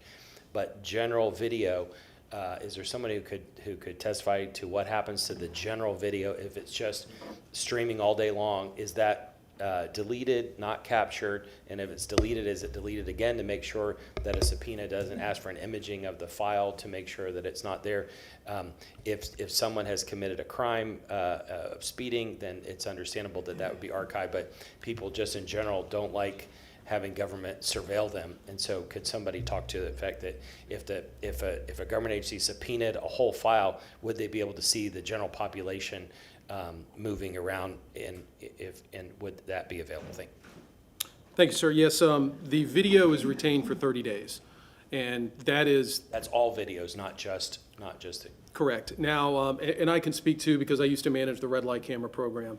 The video from the camera is there for 30 days, but unless a violation occurs, those license plates of the cars in the video are not captured. So the overall video of cars driving down the road is going to be retained for 30 days. But as far as license plates actually being captured, being able to identify each and every one of those cars, that is not the case. After 30 days, is it possible for someone still to image it, or is it gone forever that it can't be imaged? The only time the video is retained after 30 days is if it's associated with a violation. So after that 30-day period has elapsed, the video is purged, the video is gone.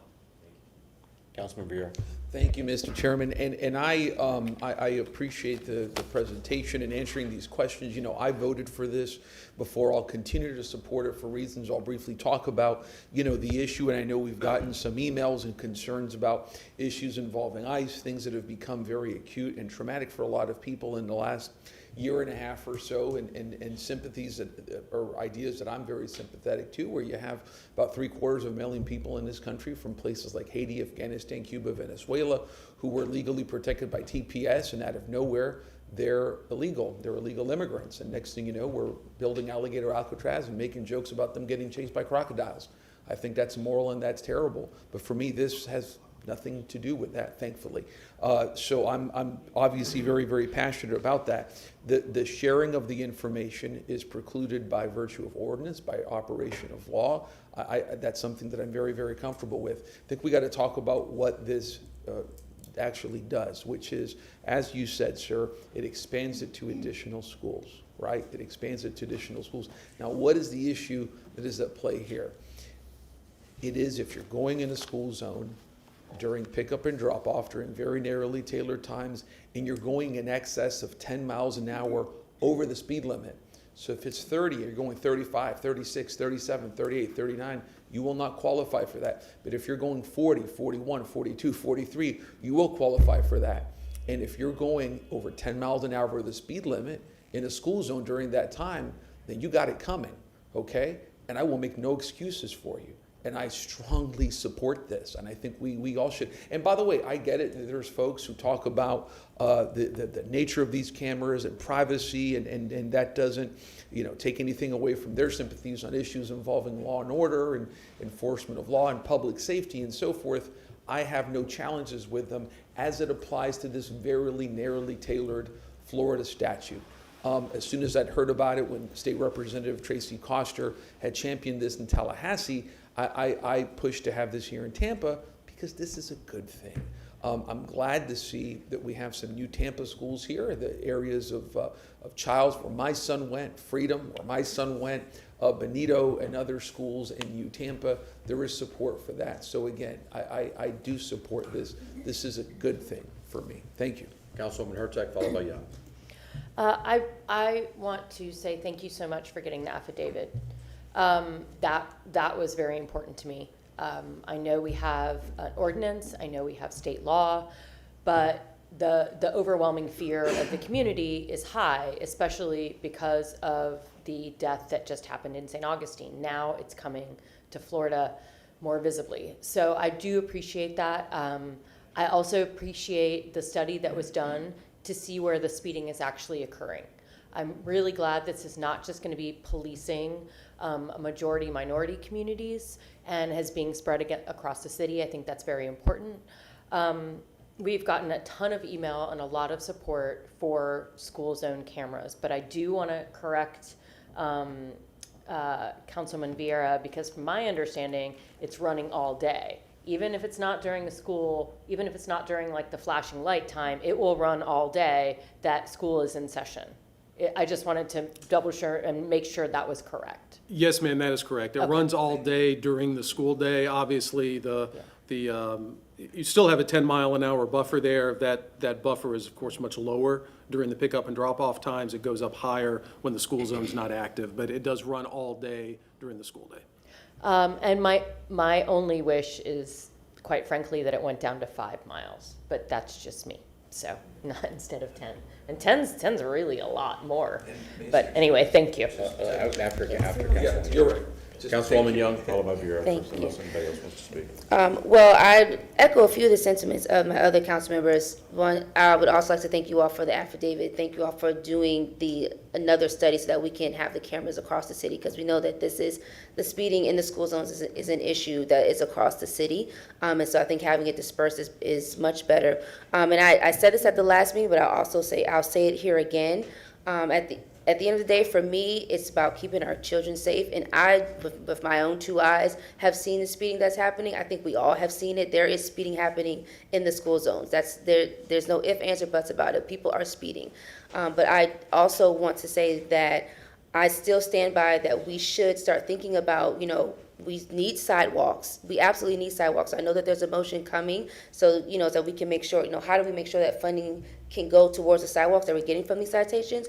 But I think also we need to start thinking about what type of infrastructure and mobility projects can we do in these communities with the school zones, whether it be, making the lane smaller, is it, having, the turning, out a little bit more for cars, just something else, something extra, because while there may be some that will get 1 ticket and they will learn their lesson and they're not going to speed again, there are some that have the money and they're going to keep paying it. So I think having the cameras, but also having some type of infrastructure so that we can really stop cars, I still stand by that. I think we still need to pursue that. So that's it. Thank you. Councilman Vera, and then we'll wrap up. I just wanted to say thank you, Councilwoman Hurtak, because I've said that twice, and I think somebody on social media said, it's during all day. I said, no, it's my understanding. So I feel dumb, but thank you.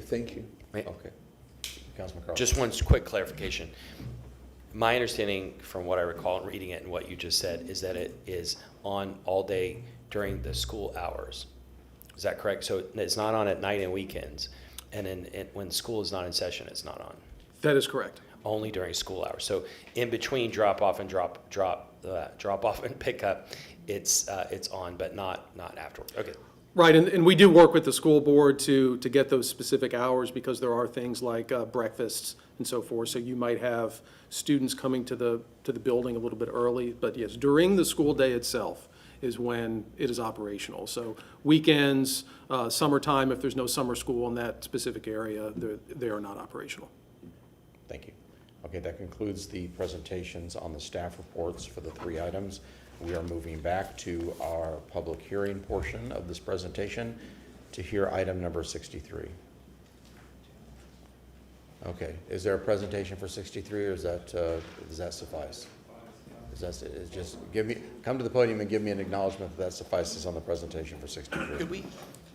Could we just ask him to clearly tell the public what we're voting on now? So we just had another discussion about. Well, that's okay. Very good. Start with your name again, please, and we're hearing item 63.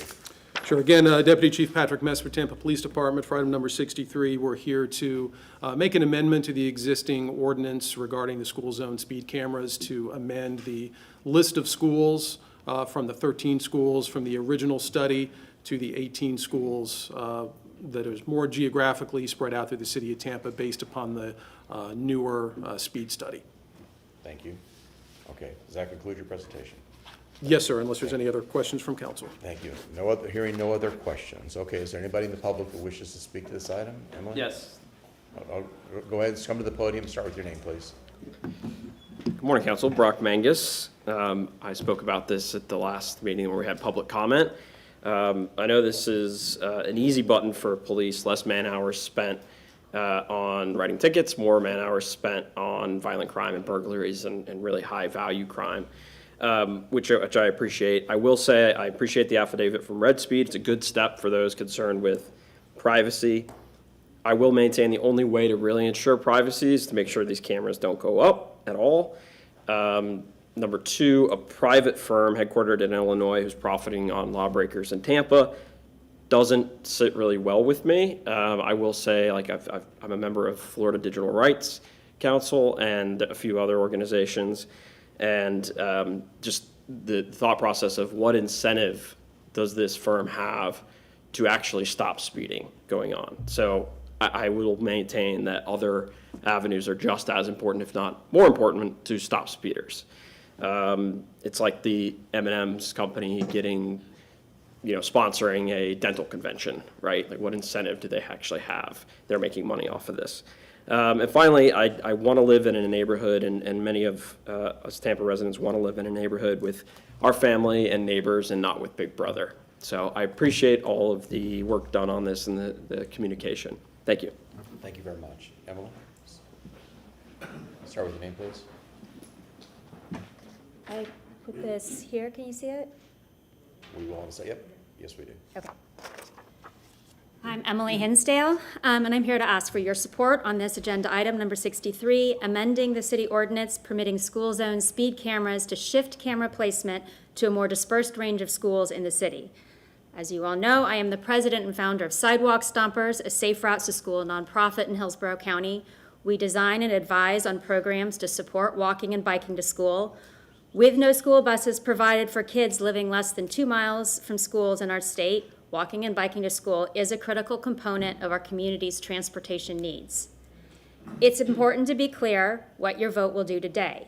If you vote no on this item, school zone speed cameras will still be activated outside 12 schools located solely in East Tampa and West Tampa. If you vote yes, these cameras will be placed at 18 schools located in every district. So to be clear, this is not a vote on whether you like cameras or not. Any discussion or debate on this is outside of this simple issue. 12 schools or 18 schools. It's just political posturing to consider it anything else at this point. This updated list is a result of a more recent speed study, the results of which have been included in your agenda packets. The results are appalling. Over 6,000 people speeding more than 10 miles over a posted school zone speed limit in one day at one school. How can we in good conscience permit this? Tampa Police Department has brought you this ordinance because in their experience as law enforcement professionals, automated cameras are the best and safest methods for enforcing speeds at schools. Unincorporated Hillsborough County has been fortunate enough to have these cameras at 28 schools for a year with the same company that we are working with now. In just a few first months of operation, the number of vehicles speeding dropped 48%. During that same period in Tampa, thousands and thousands of drivers sped at deadly speeds past our schools. Here today, you have law enforcement professionals telling you they need this ordinance to do their jobs protecting our children more effectively. I myself am in school zones around Tampa all year, joining children, crossing guards, and school staff in experiencing traffic conditions in our city. Please listen to the experts, not to the what-ifs and maybes, the social media tirades, and the I heard in the news theorizing that have confused this very simple ordinance amendment. We can have further conversation about how to use the funds collected, but today the vote is clear. Vote yes to get cameras started in the new school year at 18 schools located in each of your council districts. Thank you, Emily. Anybody else in the public wish to speak to this item? I have a motion closed for Councilman Maniscalco, second Councilman Miranda. All those in favor say aye. Aye. Opposed? The ayes have it. Councilwoman Young, would you please read item number 63? Yes, I have an ordinance being presented for second reading and adoption. An ordinance of the City of Tampa, Florida, amending City of Tampa Code of Ordinances, Chapter 14, Section 14-56F, designation of school zones by striking and adding site location for installation and operation of school zone speed enforcement cameras within the city and providing an effective date. Thank you. I have a motion for Councilman Anaya Young, second for Councilman Miranda. Please record your vote. Motion carried with Clendenin voting no. Okay, moving on to item 64. Oh, we can see you now. Yep, we got the camera issue solved. Castile Planning Commission staff, item 64 is file number TCPA 2520. This is a comprehensive plan map amendment to change the future land use designation for the subject properties from light industrial, heavy industrial, and public semi-public to urban mixed use 60 and community mixed use 35. The City Council approved this item on first reading on June 25th, 2026, and it's back before you today for second reading consideration. That concludes my presentation. Okay, thank you very much. Does council have any questions? Okay, is there anyone in the public that wishes to speak to this item? Okay, I have a motion to close by Councilmember Miranda, second from Councilmember Maniscalco. All in favor? Aye. Aye. Any opposed? Okay, Mr. Maniscalco. Thank you very much. I have an ordinance being presented for second reading and adoption. An ordinance amending the Tampa Comprehensive Plan Future Land Use Element, Future Land Use Map for the property located at 11315 North 46th Street, 4801, 4615, 4901 East Fowler Avenue, 11302 North 50th Street, and folio numbers 140139.0000 and 140510.0000 from light industrial heavy industrial, and public, semi-public to urban mixed-use 60, UMU 60, and community mixed-use 35, CMU 35, providing for repeal of all ordinances in conflict, providing for severability, providing an effective date. Okay, I have a motion from Councilmember Maniscalco, second from Councilmember Miranda. Please record your vote. Motion carried with Clendenin being absent at vote. Okay, excellent. Item number 65. Quinn Steele, Planning Commission staff. Item number 65 is file number TACPA 2602. This is a comprehensive plan map amendment to change the future land use designation for the property located at 1701 East 2nd Avenue from light industrial to urban mixed use 60. City Council approved this item on first reading on June 25th, 2026, and it's back before you today for second reading consideration, and that concludes my presentation. Thank you. Does council have any questions? Hearing none. Does anybody in the public wish to speak to this item? We have a motion to close, Councilman Miranda, second from Councilman Maniscalco. All those in favor say aye. Aye. Opposed? Ayes have it. Councilwoman Hurtak. Yes, file number 65, file number TA-CPA 26-02, ordinance being presented for second reading and adoption, an ordinance amending the Tampa Comprehensive Plan, future land use element, future land use map for the property located at 1701 East 2nd Avenue from light industrial LI to urban mixed use 60, UMU 60, providing for repeal of all ordinances in conflict, providing for severability, providing an effective date. Thank you. I have a motion from Councilman Hurtak, second from Councilman Maniscalco. Please record your vote.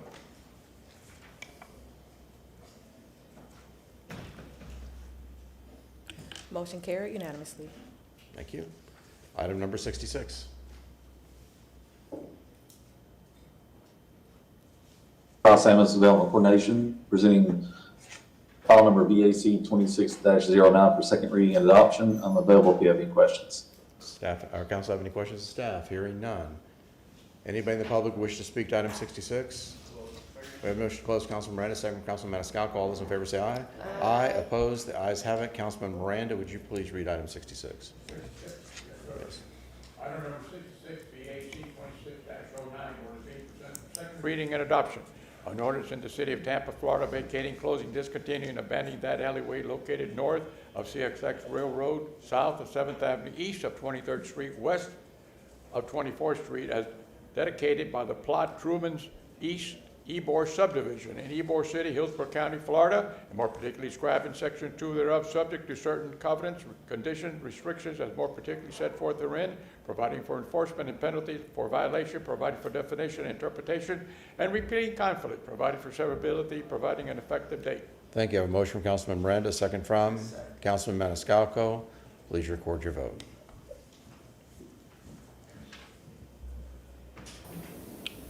Motion carried unanimously. Thank you. The next 10 a.m. public hearings are quasi-judicial. If you're here to speak with any of the items 67 through 75, so any of the next public hearings, please stand, raise your right hand, and be sworn in by our clerk.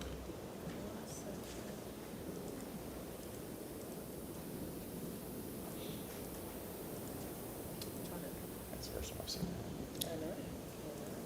Nice. We're getting fancy. Clerk is occupied doing something right I'm now. trying to move the panelists over so they could be sworn in because he's the next one. Still pretty cool. Okay.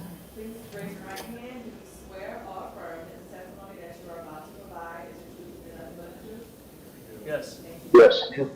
Thank you. And Councilwoman Hurtak, you were absent during 67 through 71. Would you review the records on those and prepare to vote? Yes, I am. Thank you. Thank you so much. Item number 67. Thank you so much, Chairman and Council. LaShawn Dock, Development Coordination. Item 67 is REZ 2607. This is for the property located at 4201 East Osborne Avenue. The request is to rezone the property from RS50 Residential Single Family to PD Plan Development for the use of daycare and nursery facility. Site plan changes were required to be made between first and second reading. Those changes have been made and the plans have been certified and provided to the clerk. I'm available if you have any questions. Any questions of staff? Hearing none. Applicant? Anybody wish to speak to this item here? Nothing specifically. I'm here if you have any questions. Okay. I'm part of RGM. Can you state your name for the record, please? Yes, I apologize. My name is Miles Fisher. I'm an authorized representative for the rezoning at 4201 East Osborne, and I'm here if you have any questions. Thank you. Does council have any questions? Hearing none. Anybody in the public wish to speak to item number 67? Move to close. We have motion to close from Councilman Miranda, second from Councilman Vieira. All those in favor say aye. Aye. Opposed, ayes have it. Councilman Carlson, would you please read item 67? Move item 67, file number REZ 26-07, ordinance being presented for second reading and adoption, ordinance rezoning property in the general vicinity of 4201 East Osborne Avenue in the city of Tampa, Florida, more particularly described in section 1 from zoning district classification RS50 residential single family to PD plan development, daycare, and nursery facility, providing effective date. Second. Thank you. I have a motion from Councilman Carlson, second from Councilman Miranda. Please record your vote.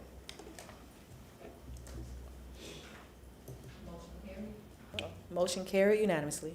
Thank you very much. Item number 68. Good morning, Council. For the record, Christopher DeMonts, Development Coordination. Item number 68 is REZ 2646. This is an item with a rezoning request for property located at 3705 North Darwin Avenue. The request is to rezone from RS50 to planned development for residential single-family detached uses. Revisions have been completed and certified plans have been provided to the clerk's office, and I'm available for any questions. Council have any questions? Hearing none. Applicant? Start with your name, please. Excuse me. Good morning, Council. Fred Henry, Domain Homes. I've been sworn, and I'm here for any questions you may have. Council have any questions? Hearing none. Can I get a motion? Anybody in the public wish to speak to this item? Close. Hearing none, I have a motion to close from Councilman Miranda, second from Councilman Maniscalco. All those in favor say aye. Aye. Opposed, ayes have it. Councilman Vieira, would you please read item 68? Sure. Move an ordinance presented for second reading and adoption, ordinance rezoning property in the general vicinity of 3705 North Darwin Avenue in the city of Tampa, Florida, more particularly described in section 1 from zoning district classification RS50 residential single family to PD plan development residential single family detached, providing effective date. Thank you. I have a motion from Councilman Vieira, second from Councilman Maniscalco. Please record your vote. Motion carried unanimously. Thank you, Council. Very good. Item, Councilwoman Hurtak. Not to interrupt, but we forgot to do this. So I move items 77, 78, 79, 81, and 90. Those were the ones that we didn't need staff for. Okay. Yeah, I was actually going to get to that when we got done, but we can do that now. Sure. I have a motion to move the staff reports from Councilwoman Hurtak, a second from Councilman Vieira. All those in favor say aye. Aye. Opposed, ayes have it. Thank you so much. Okay. Item number 69. Morning, Bria Dixon, Development Coordination. Item number 69 is REZ 2651. This item is a rezoning request for a property located at 9710 and 9720 North Armenia Avenue.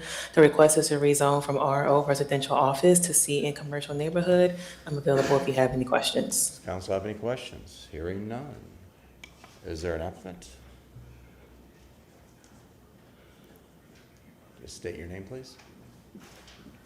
Good morning, Mr. Chairman, City Council. My name is Tuma. I'm here representing the applicant, Mr. Frank Chaluro. I have any questions I can answer for you, but we respectfully request your approval for adoption.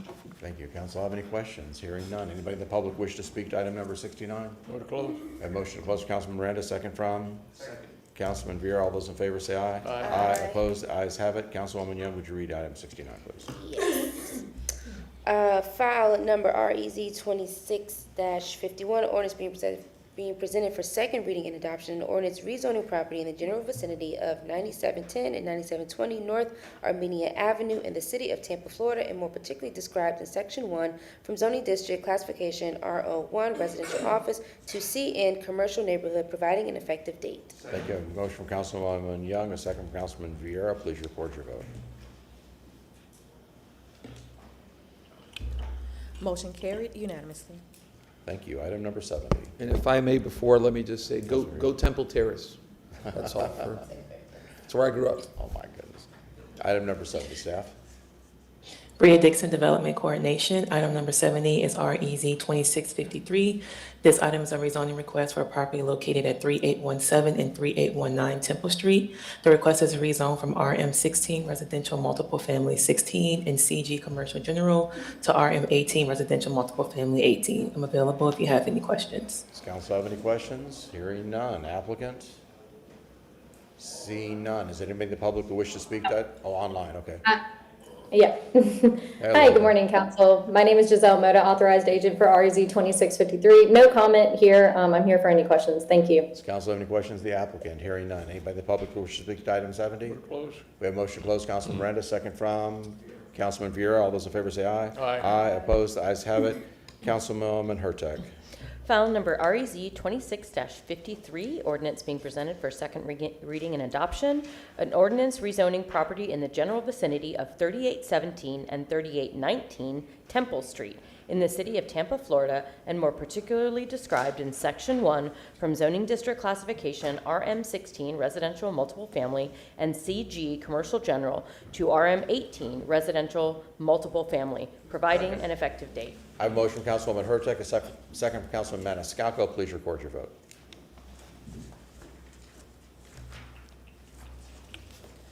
Motion carried unanimously. Thank you. Item number 71.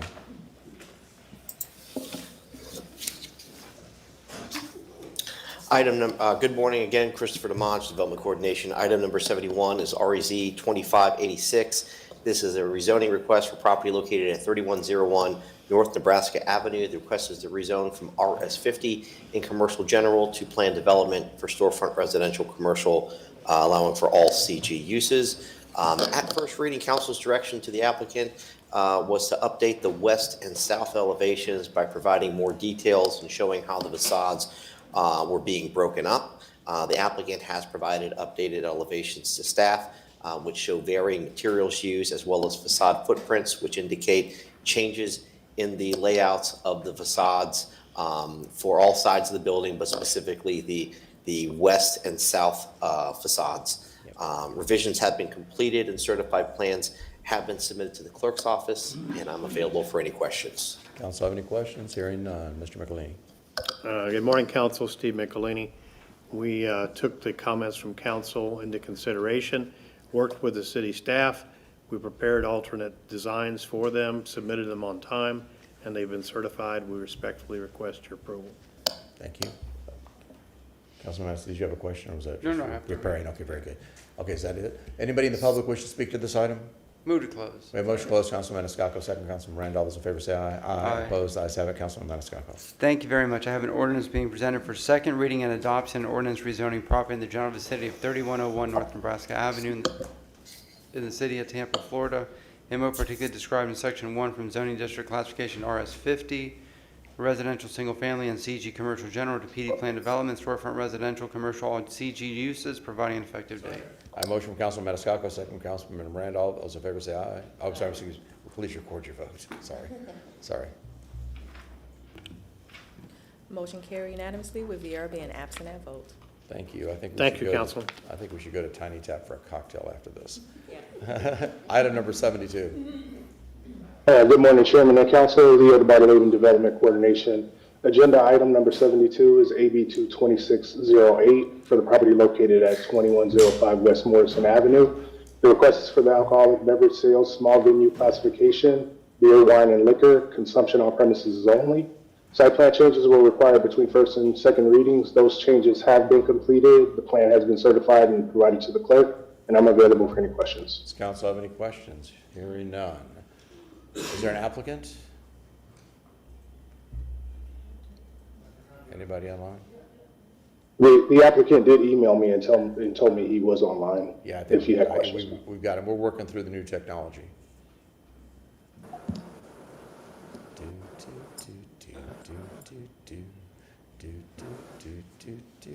There you go. Hi, Colin. You have anything Good to morning. add? Colin Rice for the applicant. Thanks for your patience with the tech issues. Just here for any questions. Appreciate your consideration. Thank you. Any council have any questions for Colin? Okay, hearing none. Anybody in the public wish to speak to this item? I have a motion to close. Councilman Maniscalco, second. Councilman Miranda. All those in favor say aye. Aye. Opposed? The ayes have it. Councilman Miranda.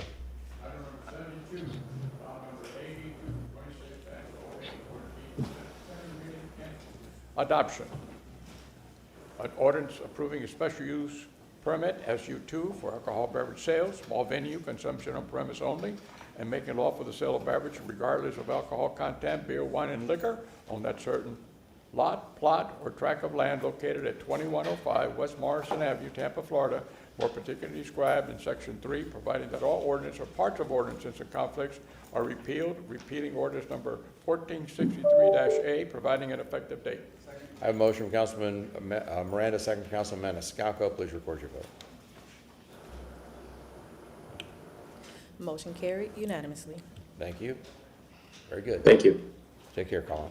Item number 73. Good morning again. Leo Laban, Development Coordination. Agenda item number 73 is AB 22609 for the property located at 1281 Ray Charles Boulevard. The request is for alcoholic beverage sales, large venue classification, beer, wine, and liquor consumption on premises, and package sales, off-premises consumption. Site plan changes were required between first and second reading. Those changes have been completed. A plan has been certified and provided to the clerk, and I'm available for any questions. Council have any questions? Hearing none. Is there an applicant? Good morning, sir. Good morning, David Smith for the applicant. Just here to answer any questions. We have agreed to those hours of operation. Very good. Okay. Any questions? Hearing none. Anybody in the public wish to speak to this item? Seeing none. Can I get a motion to close? So moved. Motion to close from Councilman Miranda, second from Councilman Maniscalco. All those in favor say aye. Aye. Aye. Opposed? The ayes have it. Councilman Carlson. Move item 73, file number AB 2-26-09, ordinance being presented for second reading adoption, ordinance approving a special use permit SU2 for alcoholic beverage sales, large venue, consumption on premise, package sales, off premises consumption, and making lawful the sale of beverages regardless of alcoholic content, beer, wine, liquor, on that certain lot, plot, or tract of land located at 1281 Ray Charles Boulevard, Tampa, Florida, as more particularly described in Section 2, providing that all ordinances or parts of ordinances in conflict or repeal, providing effective date. I have a motion from Councilman Carlson, second from Councilman Maniscalco. Please record your vote. Who are we missing?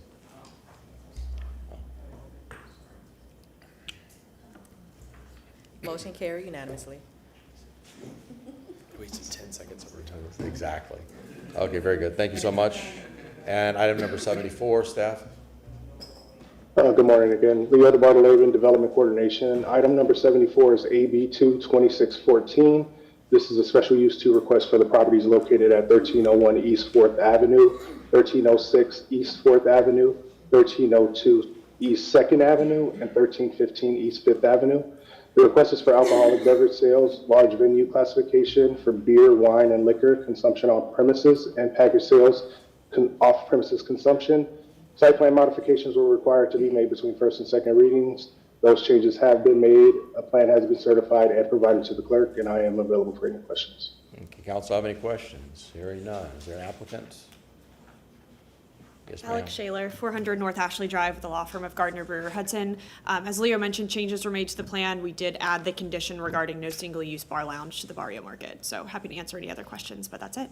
Very good. Any questions? Hearing none. Anybody in the public wish to speak to this item? Move to close. I have a motion to close from Councilman Miranda, second from Councilman Maniscalco. All those in favor say aye. Aye. Opposed? The ayes have it. Councilman Vieira, please. Yes, sir. I move an ordinance presented for second reading and adoption, ordinance approving a special use permit SU2 for alcoholic beverage sales, large venue consumption on premises, package sales, off-premises consumption, and making lawful the sale of beverages regardless of alcoholic content, beer, wine, and liquor on that certain lot, plot, or tract of land located at 1301 East 4th Avenue, 1306 East 4th Avenue, 1302 East 2nd Avenue, 1315 East 5th Avenue, Tampa, Florida, as more particularly described in Section 2, providing that all ordinances or parts or ordinances in conflict or repeal, providing effective date. I have a motion from Councilman Vieira, second from Councilman Miranda. Please record your vote.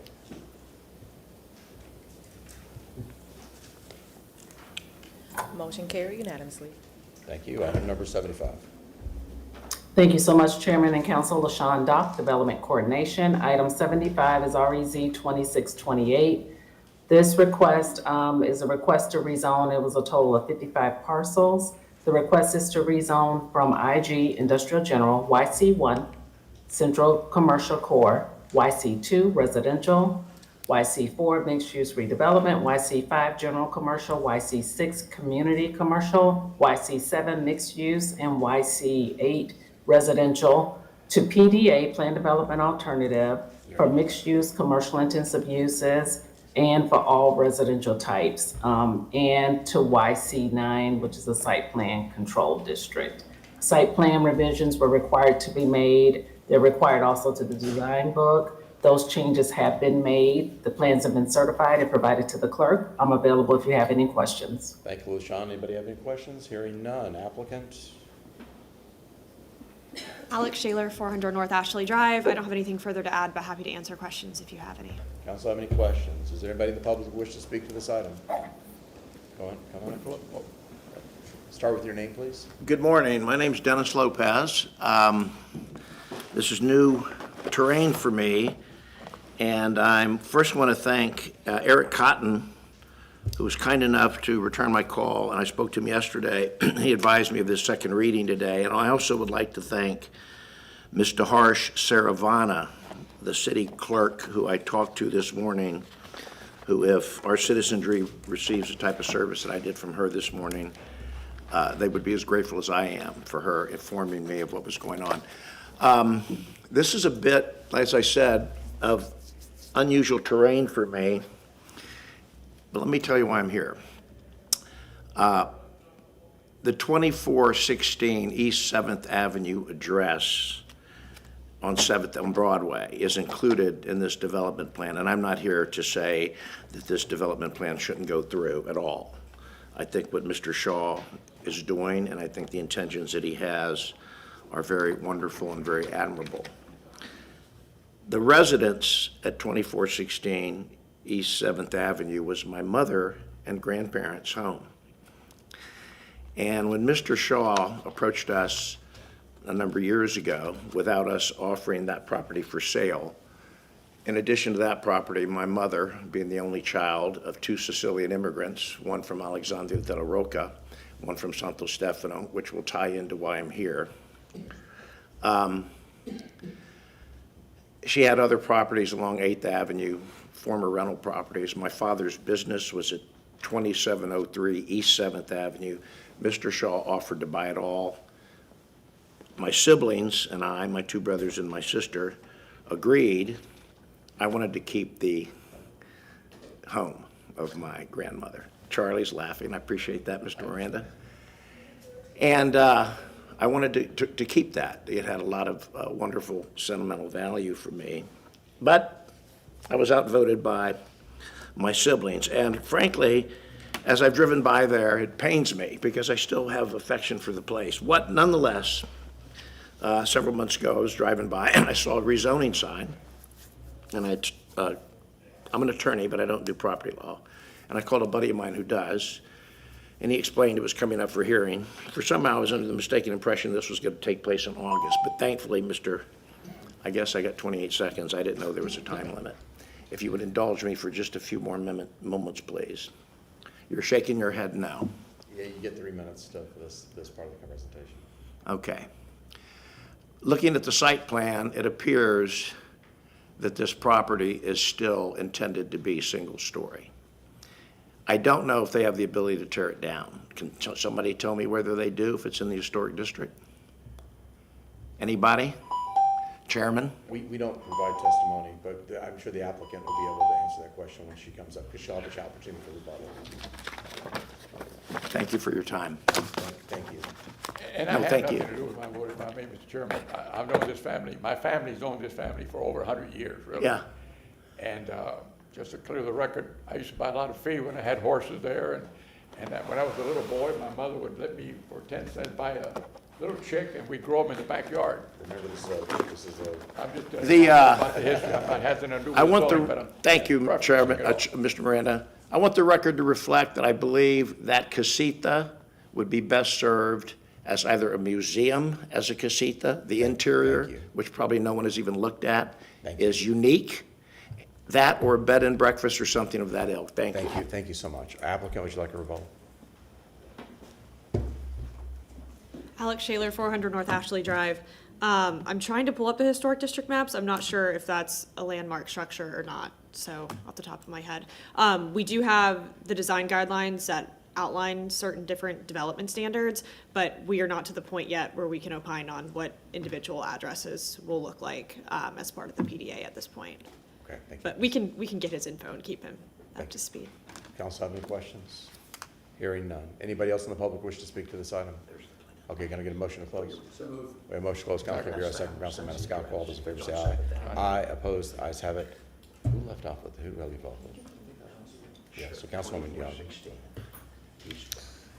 I move number 75, file number REZ-26-28, ordinance being presented for second reading and adoption, an ordinance rezoning a total of 55 parcels, of which 38 parcels are located in the Ybor City Historic District, consisting of 30.64 acres located generally in an area bounded to the north by East 11th Avenue, to the east by the Selman Connector and the CSX right-of-way, to the south by East 4th Avenue, and to the west by North 19th Street, property in the city of Tampa, Florida, and more particularly described in Section 1 from Zoning District Classifications, IG, Industrial General, YC1, Central Commercial Core, YC2, Residential, YC4, Mixed-Use Redevelopment, YC5, General Commercial, YC6, Community Commercial, YC7, Mixed Use, and YC8, Residential, to PDA, Planned Development Alternative, Mixed Use Commercial Intensive Uses, and Residential, all types,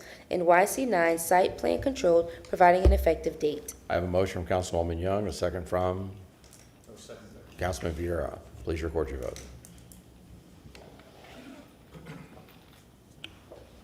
Motion carried unanimously. Thank you. Thank you. Okay, we are now at a point, let's talk about the items that were removed from the consent agenda. Item number 25, 50, and 51. So we'll hear 25 first. Yeah, 25 is renewing a contract with two companies for debris cleanup after emergencies. And at least one of the, as I understand, at least one of these companies had a contract in 2023, a year before the Helene and Milton hit. And we had a lot of complaints about cleanup and debris following that. My recommendation, for the sake of the community, we city council don't have the power to manage these contracts, right, but we do have the power to approve or not approve them. My suggestion is I'd like to make a motion just to continue this until the 30th and ask the staff to come back and present, not to us, but to the public, about how we can be assured that these companies will be able to clean up more effectively next time. And secondarily, that they'll have ways to address the damage that's been done in the community. Okay. There's a lot of environmental damage that's been done. So I have, if we get the testimony, I'd like them to have time to think about it and come back. If we get the answer today, my vote is no. okay, I have a motion from Councilman Carlson to continue this item. Is there a second? If I may, I'll second for discussion. My vote will be contingent on what we hear, but if it doesn't affect anything adversely for this season, I'm fine with it. Okay, so I have a motion and I have a second. Mr. Washington, I see that you are online. Would you like to address this? Yes, Larry Washington, Director of Solid Waste. And just to address the contract, so both contractors, both P&J, that's still Phillips and Jordan, and Ashbridge, they have been our contractors since 2023. Both of them. They won the award back in December of 2023. And to go back to Hurricane Milton and Helene, we've met, actually since 2017, we've met every single deadline that DEMA has set forth. I did some research back when this was mentioned at the April 16th council date. So there hasn't been any delays. Of course, during Hurricane Helene and Milton, there was a response that had to be postponed from the contractors whenever we had Milton barreling down, because the contractors themselves and the subcontractors didn't want to put themselves in harm's way whenever the contractor or whenever the storms were coming. Because if they did that, then they wouldn't have been able to assist us. That's why the city of Tampa and all the forces, and when I say everybody, I mean everybody, TPD was boots on the ground as well, including chief of staff and myself. So we all responded immediately afterwards. So these contractors, we definitely need them, and we're in hurricane season now. So this would adversely affect us if we were in a situation where we had to contact them and have them assist us in debris cleanup. Councilman Carlson. It's going to adversely affect us if we delay it by 2 weeks. Just by 2 weeks? But yeah, if we continue this for 2 weeks for further discussion, would this adversely affect the contract or your work you're doing? Oh, just by 2 weeks? No, sir, it won't. I am So 42. my other thing is that I would like Mr. Washington to have time to think about this. This is, I'm asking that this be presented to the public, not to us. The public's perception was that it was a disaster. And yes, Milton came barreling down, but in between, there were all kinds of problems. And Mr. Washington, to give him credit, was great at responding to constituent concerns and complaints and went in. But FEMA effectively did nothing for us. Although they had said they had staged things, and there were lots of complaints about these companies and others. And instead of litigating it all now, I would just like Mr. Washington to come back and just briefly present to us, not more than 5 minutes, about why we're assured that this is going to work the next time. And then my vote would be yes. If we vote today, then my vote will be no. Councilwoman Because Hurtak. my concern is I just want to make sure that the public is protected next time. Councilwoman Hurtak. Can you be more specific? You just said there are all sorts of problems. Yeah, after Helene, thousands of homes had debris in front of their homes, and the folks were worried about, as Milton was barreling down, that going through.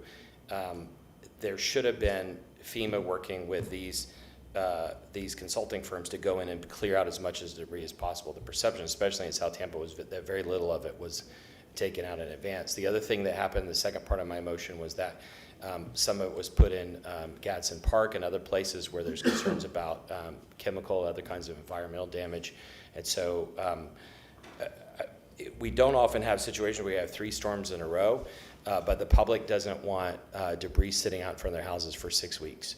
And as I said, Mr. Washington did a great job, but the perception of the public is that these firms did not do a good job. And so I'd just like him to come back and be able to have a thoughtful presentation to explain why he thinks they can do a good job. We lost Mr. Washington. Can you see me now? My camera just went out for a reason, for some reason. Can you see me? Yeah, there you go. We got you back. Okay. I can answer those questions now. Let me ask, have Miranda wants to say something, and then I'll get back to you, Larry. Okay. Councilman Miranda. Just listening to all the conversation, this was a citywide thing.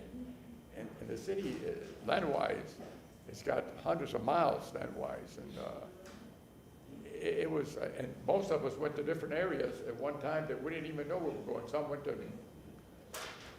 Forest Hills area, some went to Palmetto Beach, some went to Davis Island, some went to South Tampa, some went to East Tampa.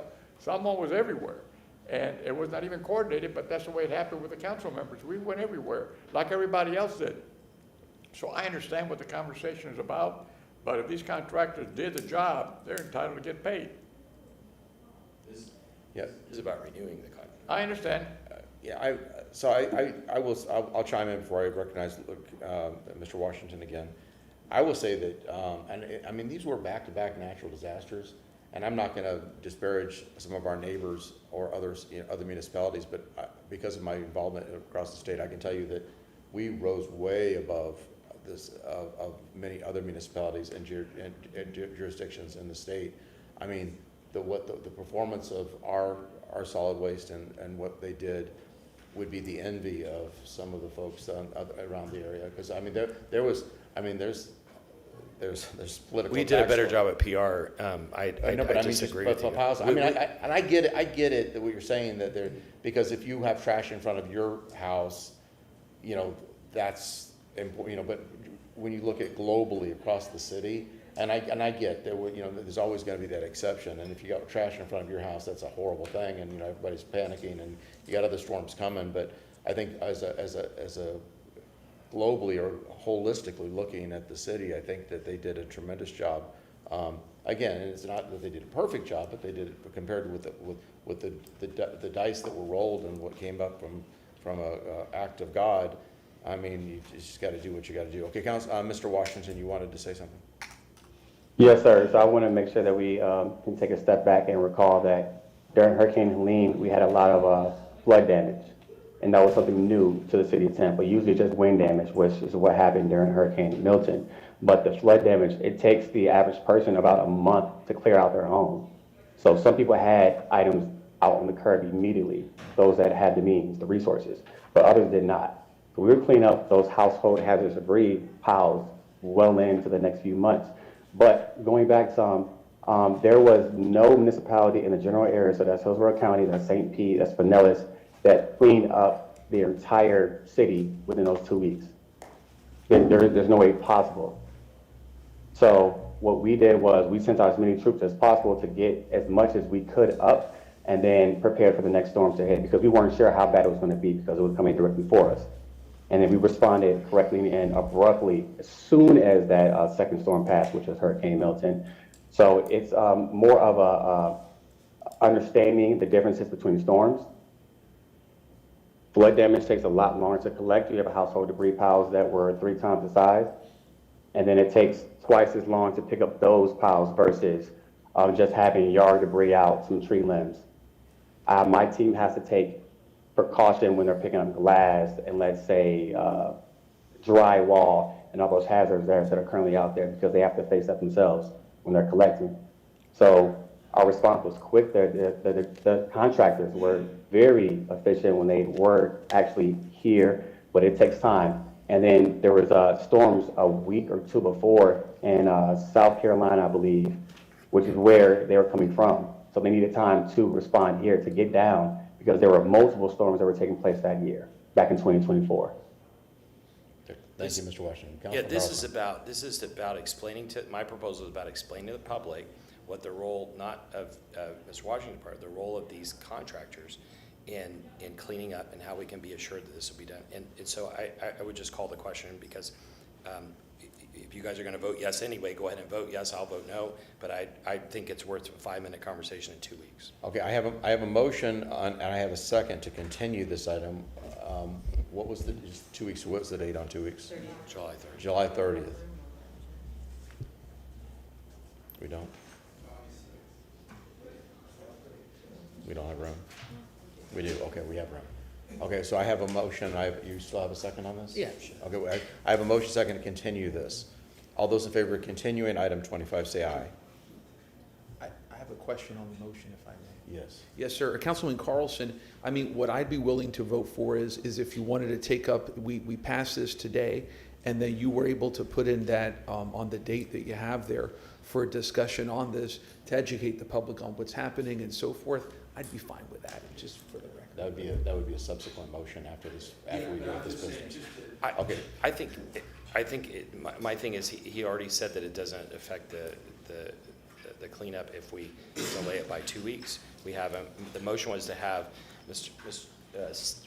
Washington or city staff come back to present 5 minutes or less at this discussion, how the public can be assured that these firms will be effective in cleaning up the storms next time. Okay, I have a motion and I have a second to continue this item for 2 weeks. All those in favor say aye. Aye. Opposed? Nay. Okay, the nays have that. Can I have a roll call vote so I could get everyone? Okay, roll call, please. Vieira? No. Carlson?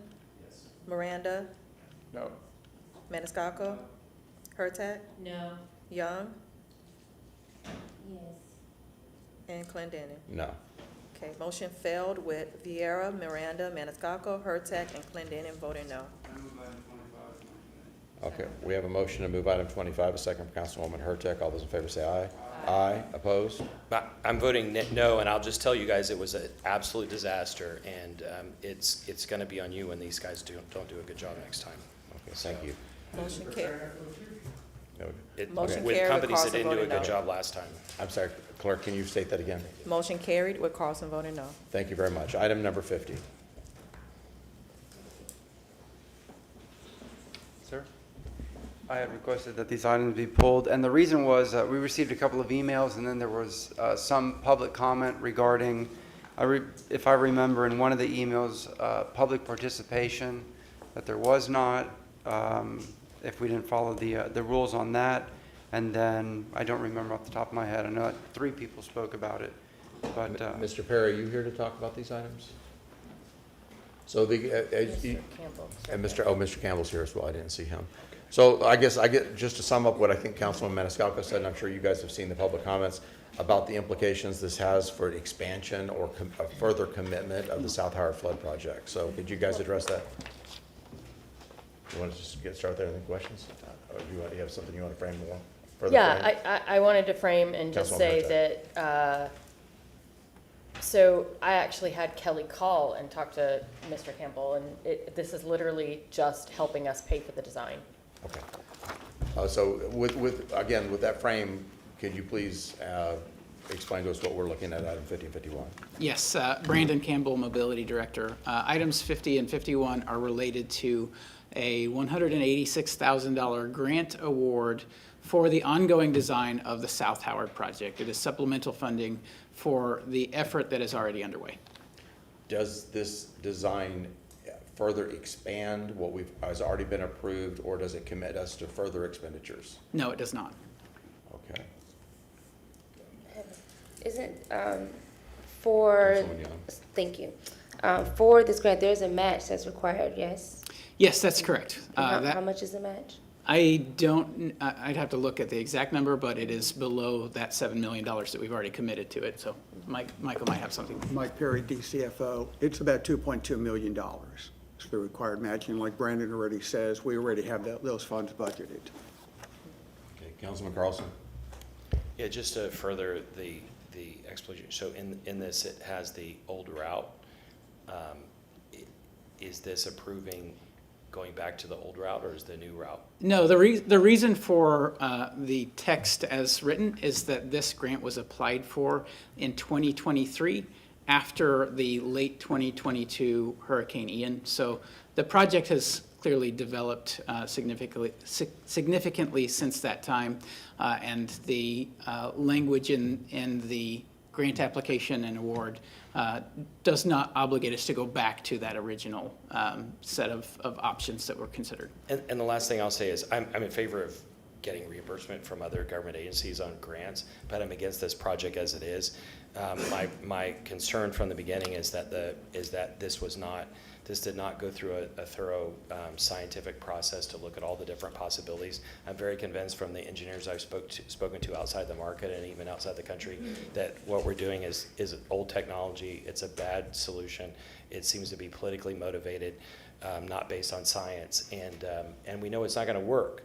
And so I'm not voting for anything related to this project. I think the mayor should do the right thing and hit the reset button and go back and look at more innovative solutions for this. Thank you. Thank you. Councilman Maniscalco, did you want to add anything to this? No, nothing else. Okay, Councilman Miranda? Are you an engineer? Yes.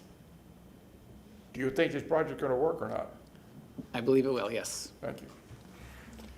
Okay, is there any further discussions on items 50 and 51?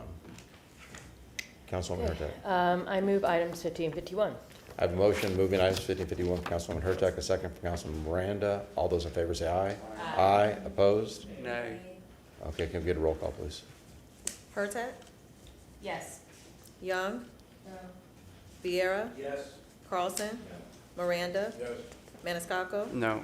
Clendenin. Yes. Motion carried with Young, Carlson, and Maniscalco voting no. Okay, thank you very much. I am correct. That concludes the consent agenda items that had been pulled. We have finished with our public hearings. We have left is our staff reports. We are at number 80.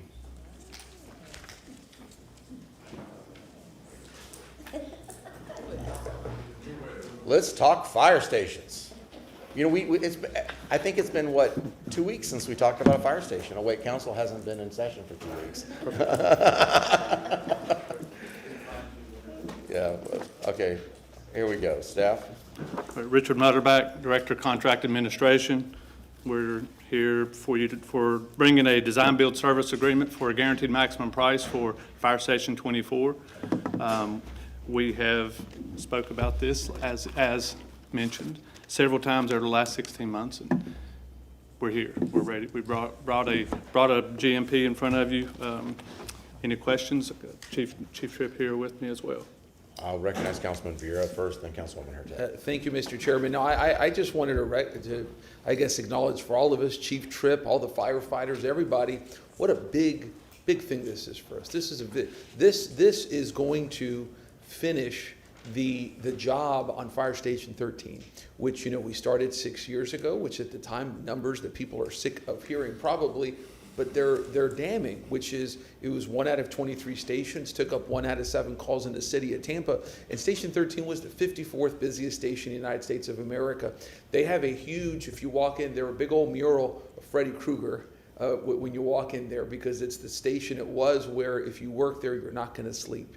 And so that's a big deal. Starting in 2020, I'd made a couple of motions to start talking about additional fire stations to help out with Station 13. Working with Chief Tripp and firefighters and everybody, we got a really quick win. In 2021, we would pass funding for Station 25, which would do a great job in getting progress forward on Station 13. The statistics have improved, but Station 24 was always going to be that last piece. We had moved forward with this. I think it was in 2023. I had tried to talk about a revenue source for public safety for police and fire. Didn't pass, fine. And then we started talking about bonding and I brought that up because I wanted to make sure that come hell or high water, we had a funding revenue source, a funding source for this. And so now it's 3 years later. We've talked a lot about the timeline in terms of how we've gotten here.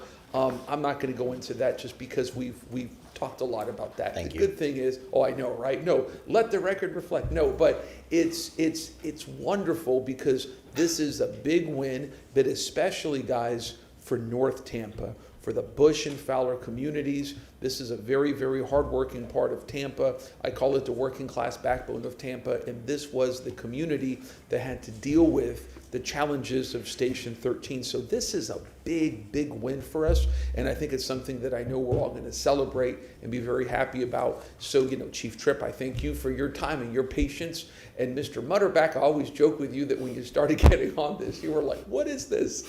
Because you came in the middle of a big old mess. But just thank you very much for that. And council, thank you, and what have you. Thank you, everybody. I just want to, for reference, the rest of the remarks, we have two more staff reports, and if we are able to complete this, we can actually get out here before we break for lunch. Yeah. So if we can keep our remarks brief. Councilwoman Hurtak, I saw your light, then Councilman Maniscalco. Yes, mine, obviously, the Nightmare on Annie Street is, I have the T-shirt, actually. So, by the way, if you didn't know, each fire station has their own T-shirt, and they are for sale at the Firefighters Museum. It goes toward the Firefighters Museum. My husband has the two-headed alligator from Station 7. He's, the neighborhood, every time he wears it, someone in the neighborhood comments. So, my question is really about the addition of the owner's contingency fee, which is $750,000. And so when we got the price of of what this station was going to cost, like 3 weeks ago, maybe 4 weeks ago, it was $16.9 million. So I'm curious, I got an email because I asked about it during my prep meeting, and I was told that it's the owner's contingency, and that's normal to put in the GMP. Then if it's normal, then we need to add it as part of the whole then. It doesn't need to be something that's added. So I'm concerned about that. I don't like that the owner's contingencies are added to the GMP.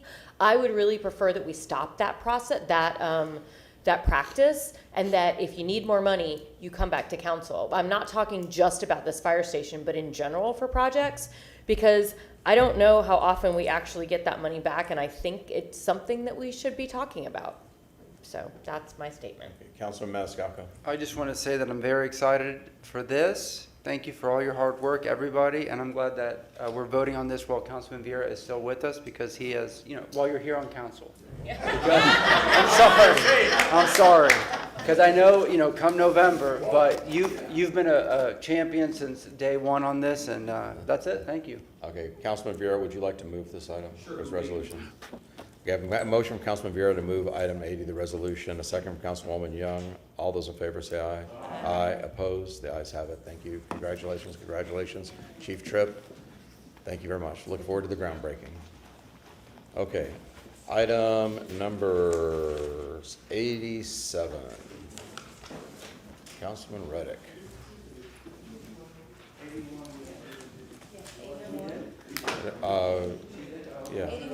Yeah, that was part, yeah.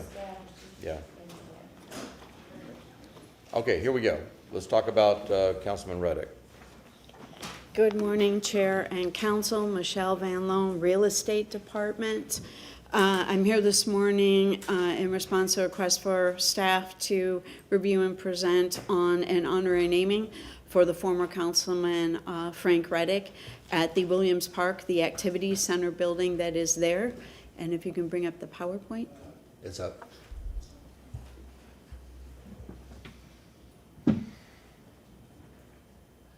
I'll let them, I don't have a controller, if they can go to the next slide. The remotes are not up there? Mm-mm. Interesting. There we go. It's up now. The next slide has been. There's only 3 slides, Okay. so we should be good. Mr. Reddick was born, there you go. I must be the first one using it this morning. Let me just make sure I'm good. Yes, I am. So Mr. Reddick was born in East Tampa, and he devoted his life to serving his community, both in East Tampa and to the minority community in the greater city of Tampa area. He was a dedicated mentor for most of his career within the Hillsborough County School District, and he also worked with rehabilitating juveniles who had been within the juvenile justice system. He also was the CEO of the Florida Sickle Cell Association, working hard to raise awareness among especially the minority community of how many people are affected by sickle cell and support the families of people who are suffering from the disease.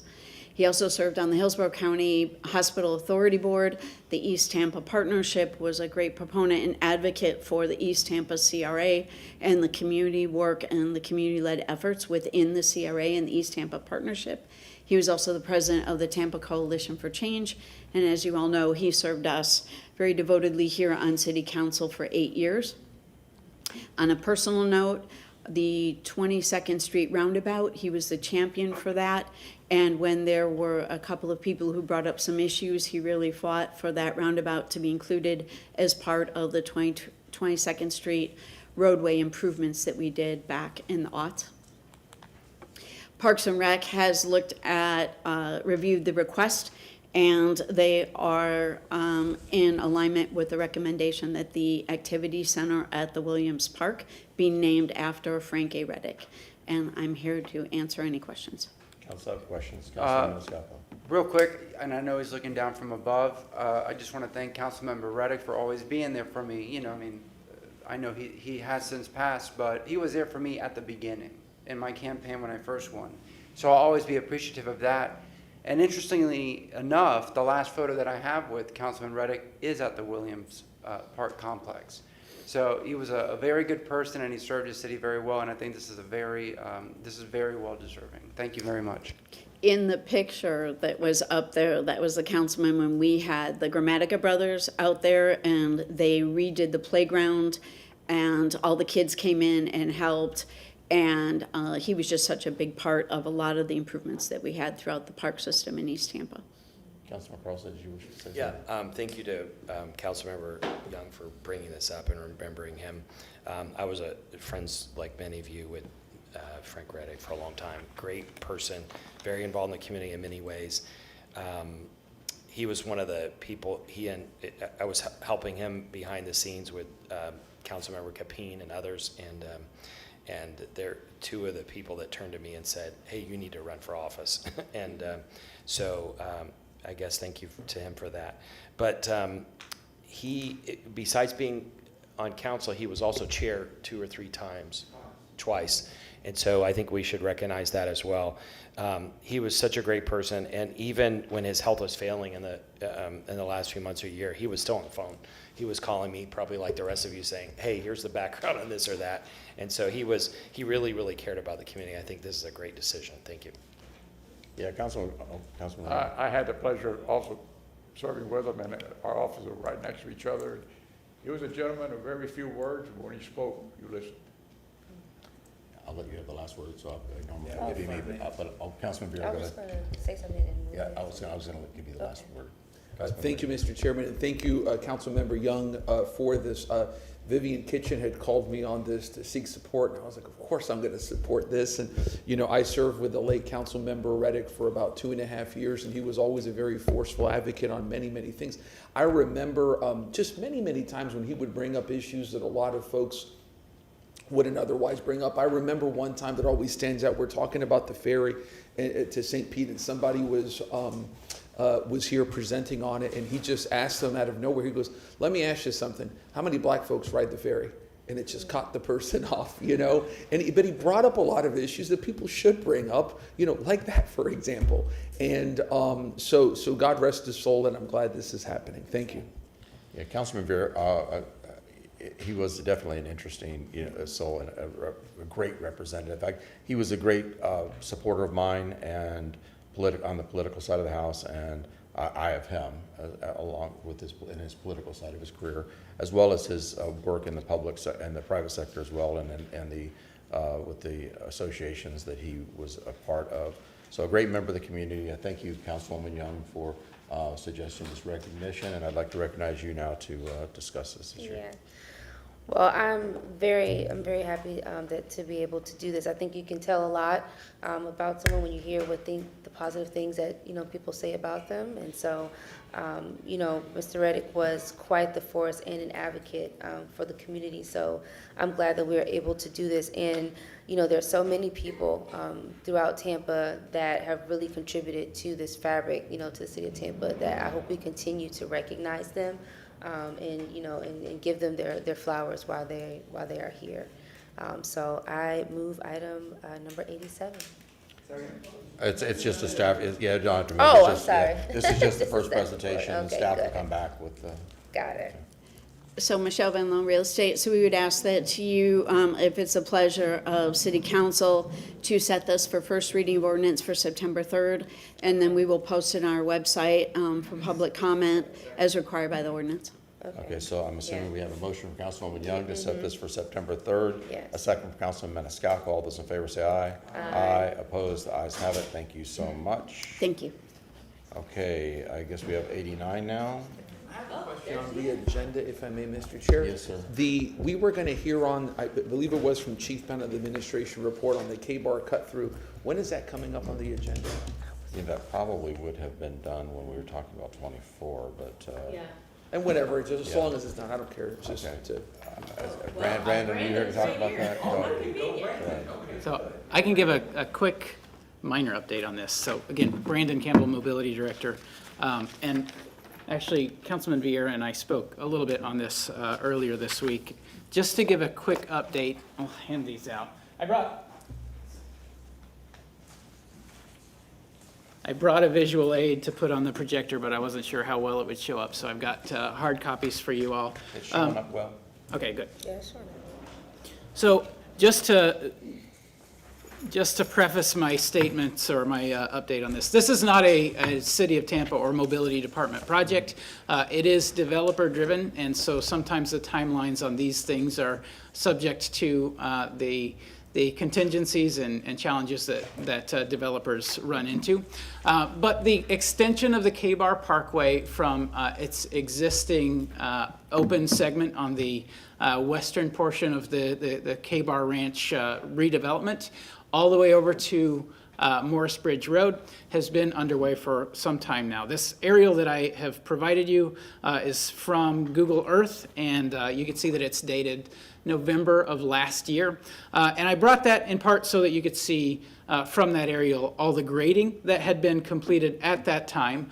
Brad Baird and I went out there even just last week, took some pictures, looked to see really how much progress they had done, just to put some eyes on it from our perspective, so that we could give you really some current relevant information. The red dot on your sheet there, that is the crossing of K-Bar Ranch Parkway over Bassett Branch. And the entire duration of this project, that I believe is the biggest challenge that they have encountered, is finding a way to get across the creek. We talked some about a cut through and some sort of temporary measures to get from one side to the other. That truly was the primary obstacle to getting that connection made. I'm happy to report that the contractor and the developer out there has completed the series of culverts, or the bridge there, to get across. And they are currently working on final compaction, getting ready for their final lift of asphalt. The item that stands between today and their final asphalt paving is the utilities testing and acceptance. Once this road is completed, it will be accepted by the city for maintenance, as well as the utilities out there. In talking to their engineer of record, they don't want to get out there, pave something, have something with the utilities acceptance go wrong, and then have to dig it up and repave it again. So we are working, and in particular, our contract administration department is working with the developer on getting those utilities tests done. I know that Councilman Vieira and I talked this week about maybe even trying to get that expedited to this week. It looks like that's going to be next week. And with the contingency that has to be completed, they are tentatively projecting paving toward the end of this month, beginning of next month. So they are very close to the completion of their project, and once that is all completed, inspected, accepted, it will become a City of Tampa street. Councilwoman Hurtak. Councilman Vieira, are you going to have a ribbon cutting? Hell yeah. Okay. Make sure you invite us, Oh, this because is a big- I have. this is a big deal. Yeah, Wait, I agree. will there be a camera? Of course he's gonna. So make sure Don't you hate the invite player, us. hate the game, you know? Okay, does any other questions from staff on that? Thank you, Brandon, for providing. May I this. Yeah, really fast? Thank you, real Mr. fast. Chair. On this, I wanted to, again, just for council's sake, because this is a new Tampa issue, and a lot of times we don't hear on this issue, just to how important this is. K-Bar Ranch is centralized to having longer response times. 4 out of the 5 stations in the city of Tampa with the longest response times are in New Tampa. This is, we're told, the way by which we can get response times down. And so when there appeared to be no knowledge on what was happening with this, I followed up with some folks, and turned out it was substantially done. When this is done, this is going to be a major movement towards reducing response times in Cable Ranch. So this is a big deal. So Brandon, just thank you very much for your work, because I put a lot of stuff on you going, what's happening on this thing, dude? So thank you. And thank you, Mr. Chair. Thank you. Your bravery for going all the way up there is noted. Thank you. Thank you. We should give him a commendation. Thank you. Thank you, Brandon. Ms. Feely, bring it home. You're the last on the agenda today. You guys are kicking butt today. Good morning, Abby Feely, Administrator, Development and Economic Opportunity. Welcome back, Council. We hope you had a good break. Today, I am providing the bi-monthly Land Development Code update. As you know, at the beginning of June, we did a series of public meetings, June 1st through 3rd, and then also on June 8th, and then we participated in the June 10th THAN meeting, which was a virtual meeting. The meetings had really strong attendance. It was good, 35 to 50 people in some of them. I know Councilwoman Hurtak was there all 4 nights. Councilman Carlson was there at one of the nights. So I think people got a good opportunity to listen. You know, as expected with this is a huge undertaking, and the conversations were very robust conversations. They were candid. I mean, the conversation, there was a level of engagement that was significant, and we really appreciated everyone who participated. Also, we had great support from communications with us and also land development. So everyone did a great job, and the effort was moving forward. The public engagement on installment 1 also had a survey. We received over 1,050 responses to that survey. Clarion's working through those now to see what those responses were and how that will feed into the public engagement portion of the code update as well. The outreach highlighted a couple areas I wanted to talk on today where some additional education is needed, and we're working on that. The wedding cake, which we all talk about in so much of the presentations that come to you, we are working on updating that and getting that out on the website. Video recording of the public meeting is out on the website now, and the survey is still open and active out on the website. So people can continue to comment on that. We made it clear that during the Land Development Code, it's not just installment 1, we're going to close it, and then there's nothing else to be said. This is an iterative process, and we'll be working through that. But we're also working on updating our cake to be able to show people how all of these things work together. Zoom out a little bit so Sure. you can see it. We're also working on a new little zoning 101. Many of you know we've done zoning 101, 102, 103. That also got wrapped into the Mayor's Neighborhood University last year. It was a Saturday morning session where we did zoning 101 and 102, and then we actually coupled it with a permitting section last year. So I think when we go out and talk about the code, sometimes there's some missing pieces of just the fundamental understanding if you're not using this on a regular basis, as many of us are not. So we're continuing to develop these public information pieces that will be out on the web shortly as well. We heard a lot about preserving neighborhood character, about limiting density in many of the areas of the city. And also it was really very humbling that the effects of the hurricane are still very real for our citizens in their lives and in what the future growth of our city looks like. And being cognizant of that is very important as well. The proposal that generated the most discussion that I know you all have heard about is the consolidation of the RS50 and RS60 into what is being called residential single-family urban. And we have shared those concerns with Clarion, and we are looking at that and what those other options might be. As we heard from some members of the public, they want some of those opportunities for alternative housing stock.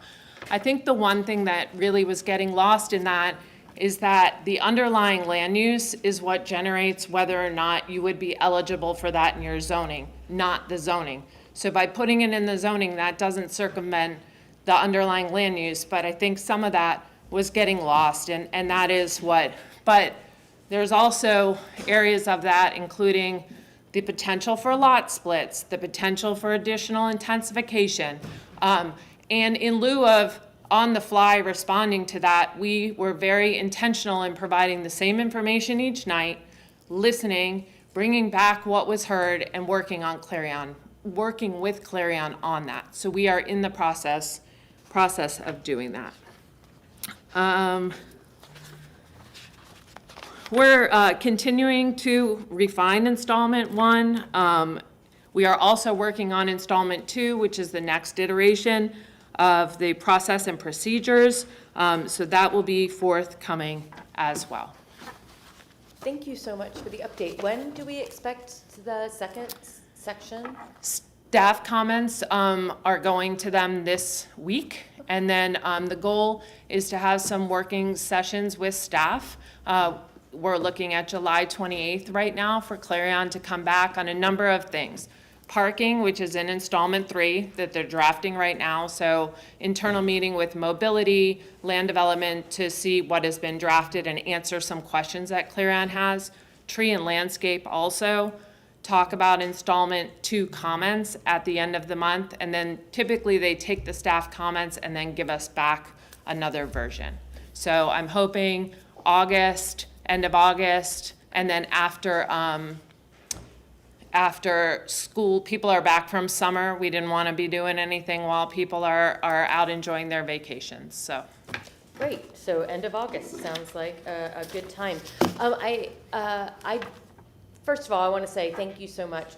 All of the presentations were very good, and I really liked what you did about listening at each one instead of changing midstream. I thought that was a really good idea because that makes sense. So I appreciate the time you and your staff spent on going.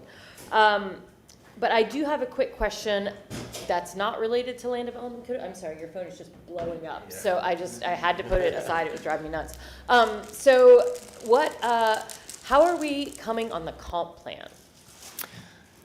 The comp plan, that's interesting because in my briefing with Clarion this week, they asked the same thing. Where are we in the comp plan?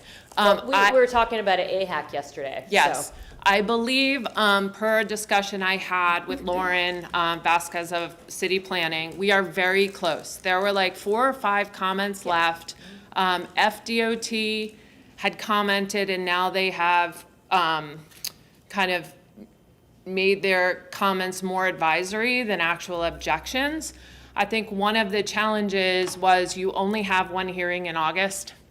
And they were looking at getting the state items cleared up and then looking at what that date for your adoption would be. So I can follow back with an email on that, or also let you know, I know you have back-to-back meetings, so you'll be here again next week, so we can get you an update on that. Actually, we don't have Right. one until the 30th, but The that's 30th. okay. I'm a That's week okay. ahead of myself. Next week's the 23rd, CRA.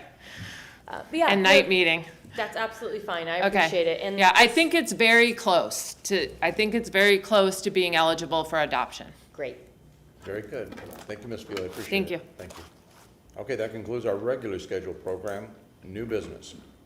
Let me, where did Hager go? Well, I was gonna, I was. Oh. Let me start, and I'll go out of sequence a little bit. We had some discussion, because this kind of cut some stuff off just in case. We had some discussion about our budget workshops, of reorganizing those to make a little bit more sense with the flow. Ms. Kopesky, could you please discuss that, please? Good afternoon, Hager Kopesky, City Council Budget Analyst. So I had presented this slide back when we did the priority discussion. And what I've done here, and the reason it's titled revised, is after having some dialogue with Revenue and Finance in consideration of the fact that the budget has now moved from the 16th to the 30th. The first workshop was going to be basically 3 to 4 days later. Louder? Okay. So what we decided is to just restructure the order of those. And so we're going to do the business departments first. So we're going to start with them in the morning on the 3rd. This is the recommendation. It's up for discussion, but this is the recommendation. To then move into mobility, which would cover both stormwater and transportation. And then the final one would be the big gorilla in the room, which would be general fund. And what I've done here is just reflect these 4 departments make up close to 60% of the cost of the general fund area. Mr. Perry and I are still having some dialogue. Could there be a couple other things that pop in, perhaps, if you have input, but this is going to cover the vast majority of expense. So that is what we are recommending for consideration today. Does council have any questions? Okay, can I get a motion to amend? Okay, I have a motion from Councilwoman Hurtak to accept the recommendation to change those public hearings for the budget as presented by Ms. Kopesky. A second from Councilman Maniscalco. All those in favor say aye. Aye. Opposed? The ayes have it. Mr. Shelby. Does the clerk have a copy of that? I will give that to her. Thank you. Thank you, Ms. Kopesky. All right, I put it down if we can have another minute. This is really just a reminder because there's going to be a lot occurring in the next 2 to 3 weeks. So this is the outcome of the discussion, and you've received this before, but it's been since March. So when we did the priority discussion, obviously there were things that were not known, specifically the vote that will come up in November on property tax. That said, we continue, though, to know that resurfacing and the sidewalk network is a priority. So the only reason I put this down is to point out that one of the things you had asked after that meeting was for me to work with Mobility and Finance to get an accounting of basically how we've been doing with the internal paving. So that is very close. They've been extremely helpful, but I just need to round it out. But you will see requests for briefings because I'd like to actually have you go through that in advance so that if there's any questions, anything, you're just informed already about what that looks like. Again, just really also wanted to put this down. Move over towards the podium. So that Also wanted to put this down because just to reiterate that I believe this particular area has not changed in terms of your focus. And then flipping that.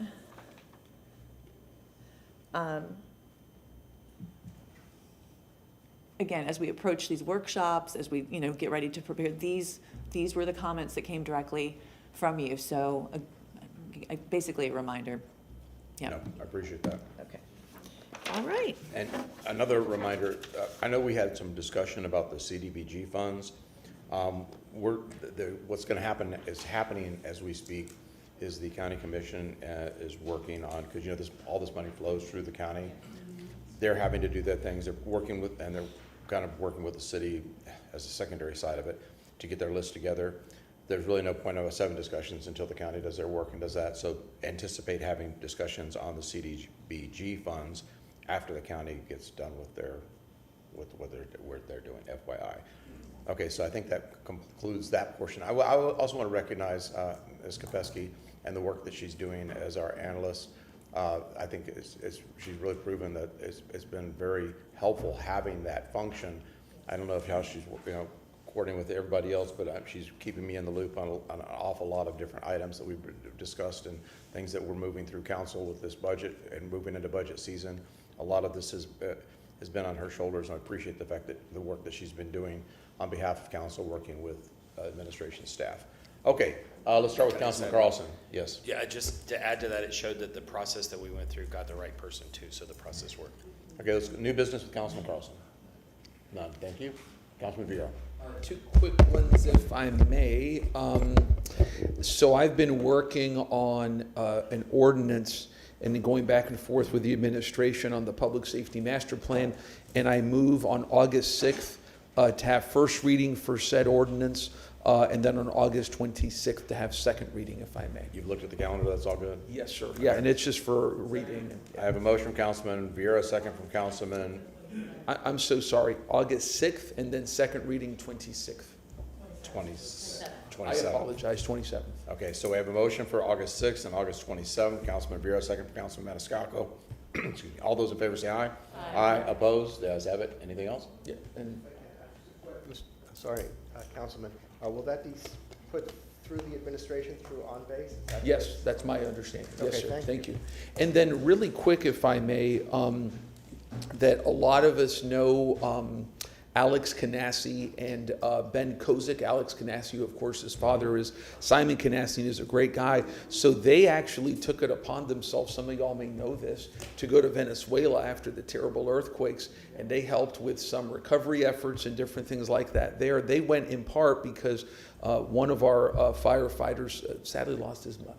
And that, and just tragic, and a good man. So I'm going to motion to give these 2 fine individuals, Alex Canassi and Ben Kozik, who's an honorary Latino, by the way, after he goes to Venezuela, a Tampa City Council commendation. We're going to find a time to do it. Obviously, everybody will get notice of it and all that good stuff at the end of July, but it's a big deal. I mean, they literally went with Gray Bowl Rescue in this, I thought it was a little reckless, but they went, and they're great. So this is an God love them. Offsite. Oh yes, sir. Yeah, okay. That's it. Thank you. A motion from Councilman Vieira, second from Councilman Miranda. All those in favor say aye. Aye. Opposed? The ayes have it. Thank you. Anything else? Councilwoman Young. Okay, so I do have an update regarding the Fair Oaks, the rental opportunities. So Legislative aide Darlene spoke with our Parks Director, Mr. Ted Fowler, and said that rental opportunities will be available effective August 10th. So that is coming from the director, so I'll stay on top of that, and if there's any additional updates, but just wanted to update, because I know we heard that this morning. Also, I have a motion. I move to make a motion to present a commendation to Russell Stanley Jr. and Brian Hunter on September 17, 2026, to recognize their outstanding contribution in planning, coordinating, and executing positive team takeovers in the Tampa Bay community. I've attended 2 of them so far. We had the 7-on-7 flag football, and there was also a basketball tournament that I went to. So I went to both, and it was a lot of fun. So wanted to recognize those awesome young men. And then also, we got to vote on that one. Oh, go ahead. I have a motion from Councilwoman Young, a second from Councilman Miranda. All those in favor say aye. Aye. Opposed? The ayes have it. Thank you. Thank you.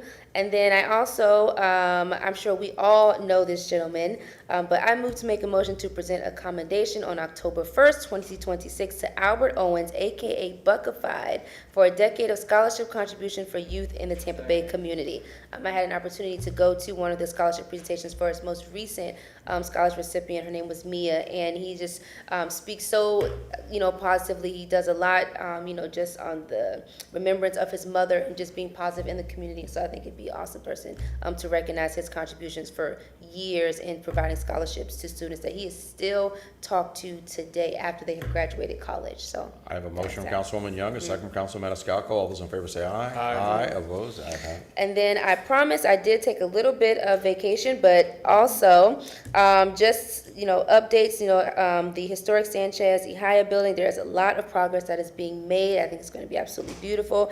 They just left, but the Shriners International had a parade in Ybor City, and they were here. I also attended, it's called the Barber Strong Brotherhood, a community meeting. It was at the Skills Center. I'm talking about mental health amongst men in our community, manifestations worldwide. They had their 25th anniversary celebration, and I learned so much about them that I didn't even know. They have an orphanage all the way in India that they're building, so they're doing a lot of work in the community. I went to the BAPS Community Open House where I got to see their beautiful temple, and we learned more about their culture and their values, and it was a beautiful presentation. The Buffalo Soldiers also were here, and they had a parade. They are looking to come back next year. They're going to be in North Carolina, but they want to come back to Tampa. And I want to thank my fellow councilmember, Mr. Vieira, for inviting me to the Roy Caldwell birthday celebration. That was a lot of fun. And then also I was the graduation speaker for TOBA's 2026 TLI graduating cohort. So that was very nice. Thank you. Thank you very much. Councilwoman Hurtak. Yes, I move, and I've already talked to them about this. This is actually coming from Ms. Feely. I motion that Abby Feely, Administrator of Development and Economic Opportunity, Michael Perry, Deputy Chief Financial Officer, and their respective team members appear at the September 24th, 2026 City Council Workshop to present the findings of the Raftelis Fee Study for Construction Services, Development Coordination, and Historic Preservation, including the study's full cost recovery analysis, provide a summary of the public input received during the August 18th, 2026 community meeting, which is obviously coming up, and facilitate a discussion regarding a balanced multi-year strategy for council's consideration to right-size the city's fees, including identifying fees appropriate for movement toward cost recovery and those that should remain below full cost recovery in recognition of their broader public benefit. We have a motion from Councilwoman Hurtak, a second from Councilman Miranda. All those in favor say aye. Aye. Aye. Opposed? Ayes have it. Anything else? Councilman Maniscalco. No. Councilman Miranda. I'm going to take Vieira's place. Oh, Lord, here we go. I would like to make a Wait, motion. do we need to break for lunch first? I would like to make a motion to present Chief Lee Burkhoff with a commendation to celebrate his 30 years with the police department to be presented at his retirement ceremony August the 5th. We have a motion from Councilman Miranda, second from Councilman Vieira. All those in favor say aye. Aye. Opposed? I would like to make a motion requesting Catholic Charities and Feeding Tampa Bay to come to council on September 17th to give an update on services being done within the city and how, under tightening resources, the city can be helpful in privatizing recurring expenses. I would like to waiver the one presentation rule, as there is only one presentation and no accommodation scheduled currently. Okay, so let's do two separate issues. I have a motion to amend the council rules to provide for two presentations, seeing that there are no accommodations scheduled for that day or anything additional. There's a second from, this is September 17th. So now we have one. So we have. Do we have any police? Do we have any moved officers? First of the month, Mr. Shelby. Yeah. Okay, so we have a motion to waive the council rules to add another presentation on the 17th. Councilwoman Hurtak. I would like to amend that motion and close commendations and presentations for that day as well. No more. Okay. So we have a motion to add one more commendation to that day and then, or presentation, and with the restriction that there will be no more accommodations or presentations added to the 17th. I have a second from Councilman Maniscalco. All those in favor say aye. Aye. Aye. Opposed? Ayes have it. We're going to, on our new rules, hopefully will be in effect at that point. We're going to enforce the timing on all of these things too. So, okay. So now I have a motion to add the presentation to the 17th. Is there a second? Second from Councilman Maniscalco. All those in favor say aye. Aye. Opposed? Ayes have it. And the third one and last, Mr. Chairman, I would like to make a motion requesting Visit Tampa Bay and Mr. David Ingram, Executive Director of the Tampa Convention Center, to come to council September 24th during the workshop to present their prospective performance metrics and providing some insight forecast of the foreseeable and need for maintaining increasing activation of the center and how it supports our tourist development and community investment fund visit, for those visiting the city of Tampa. With the 10-minute restriction, right? Yeah. It'd be a- Okay, so we have a motion from Councilman Miranda. I heard Vieira second. All those in favor say aye. Aye. Aye, opposed, the ayes have it. There, I'll be taking your spot, baby. There you go. Okay. I would imagine Was so. that complete your presentation? Yes, sir. Or your new business? Okay, that would be completing our new business. Unless anybody else has anything else, I'd like to hear a motion to receive and file. I have a motion to receive and file from Councilman Maniscalco, a second from Second. Councilman Vieira. All those in favor say aye. Aye. Aye, opposed, ayes have it. 95 items, and we are adjourned.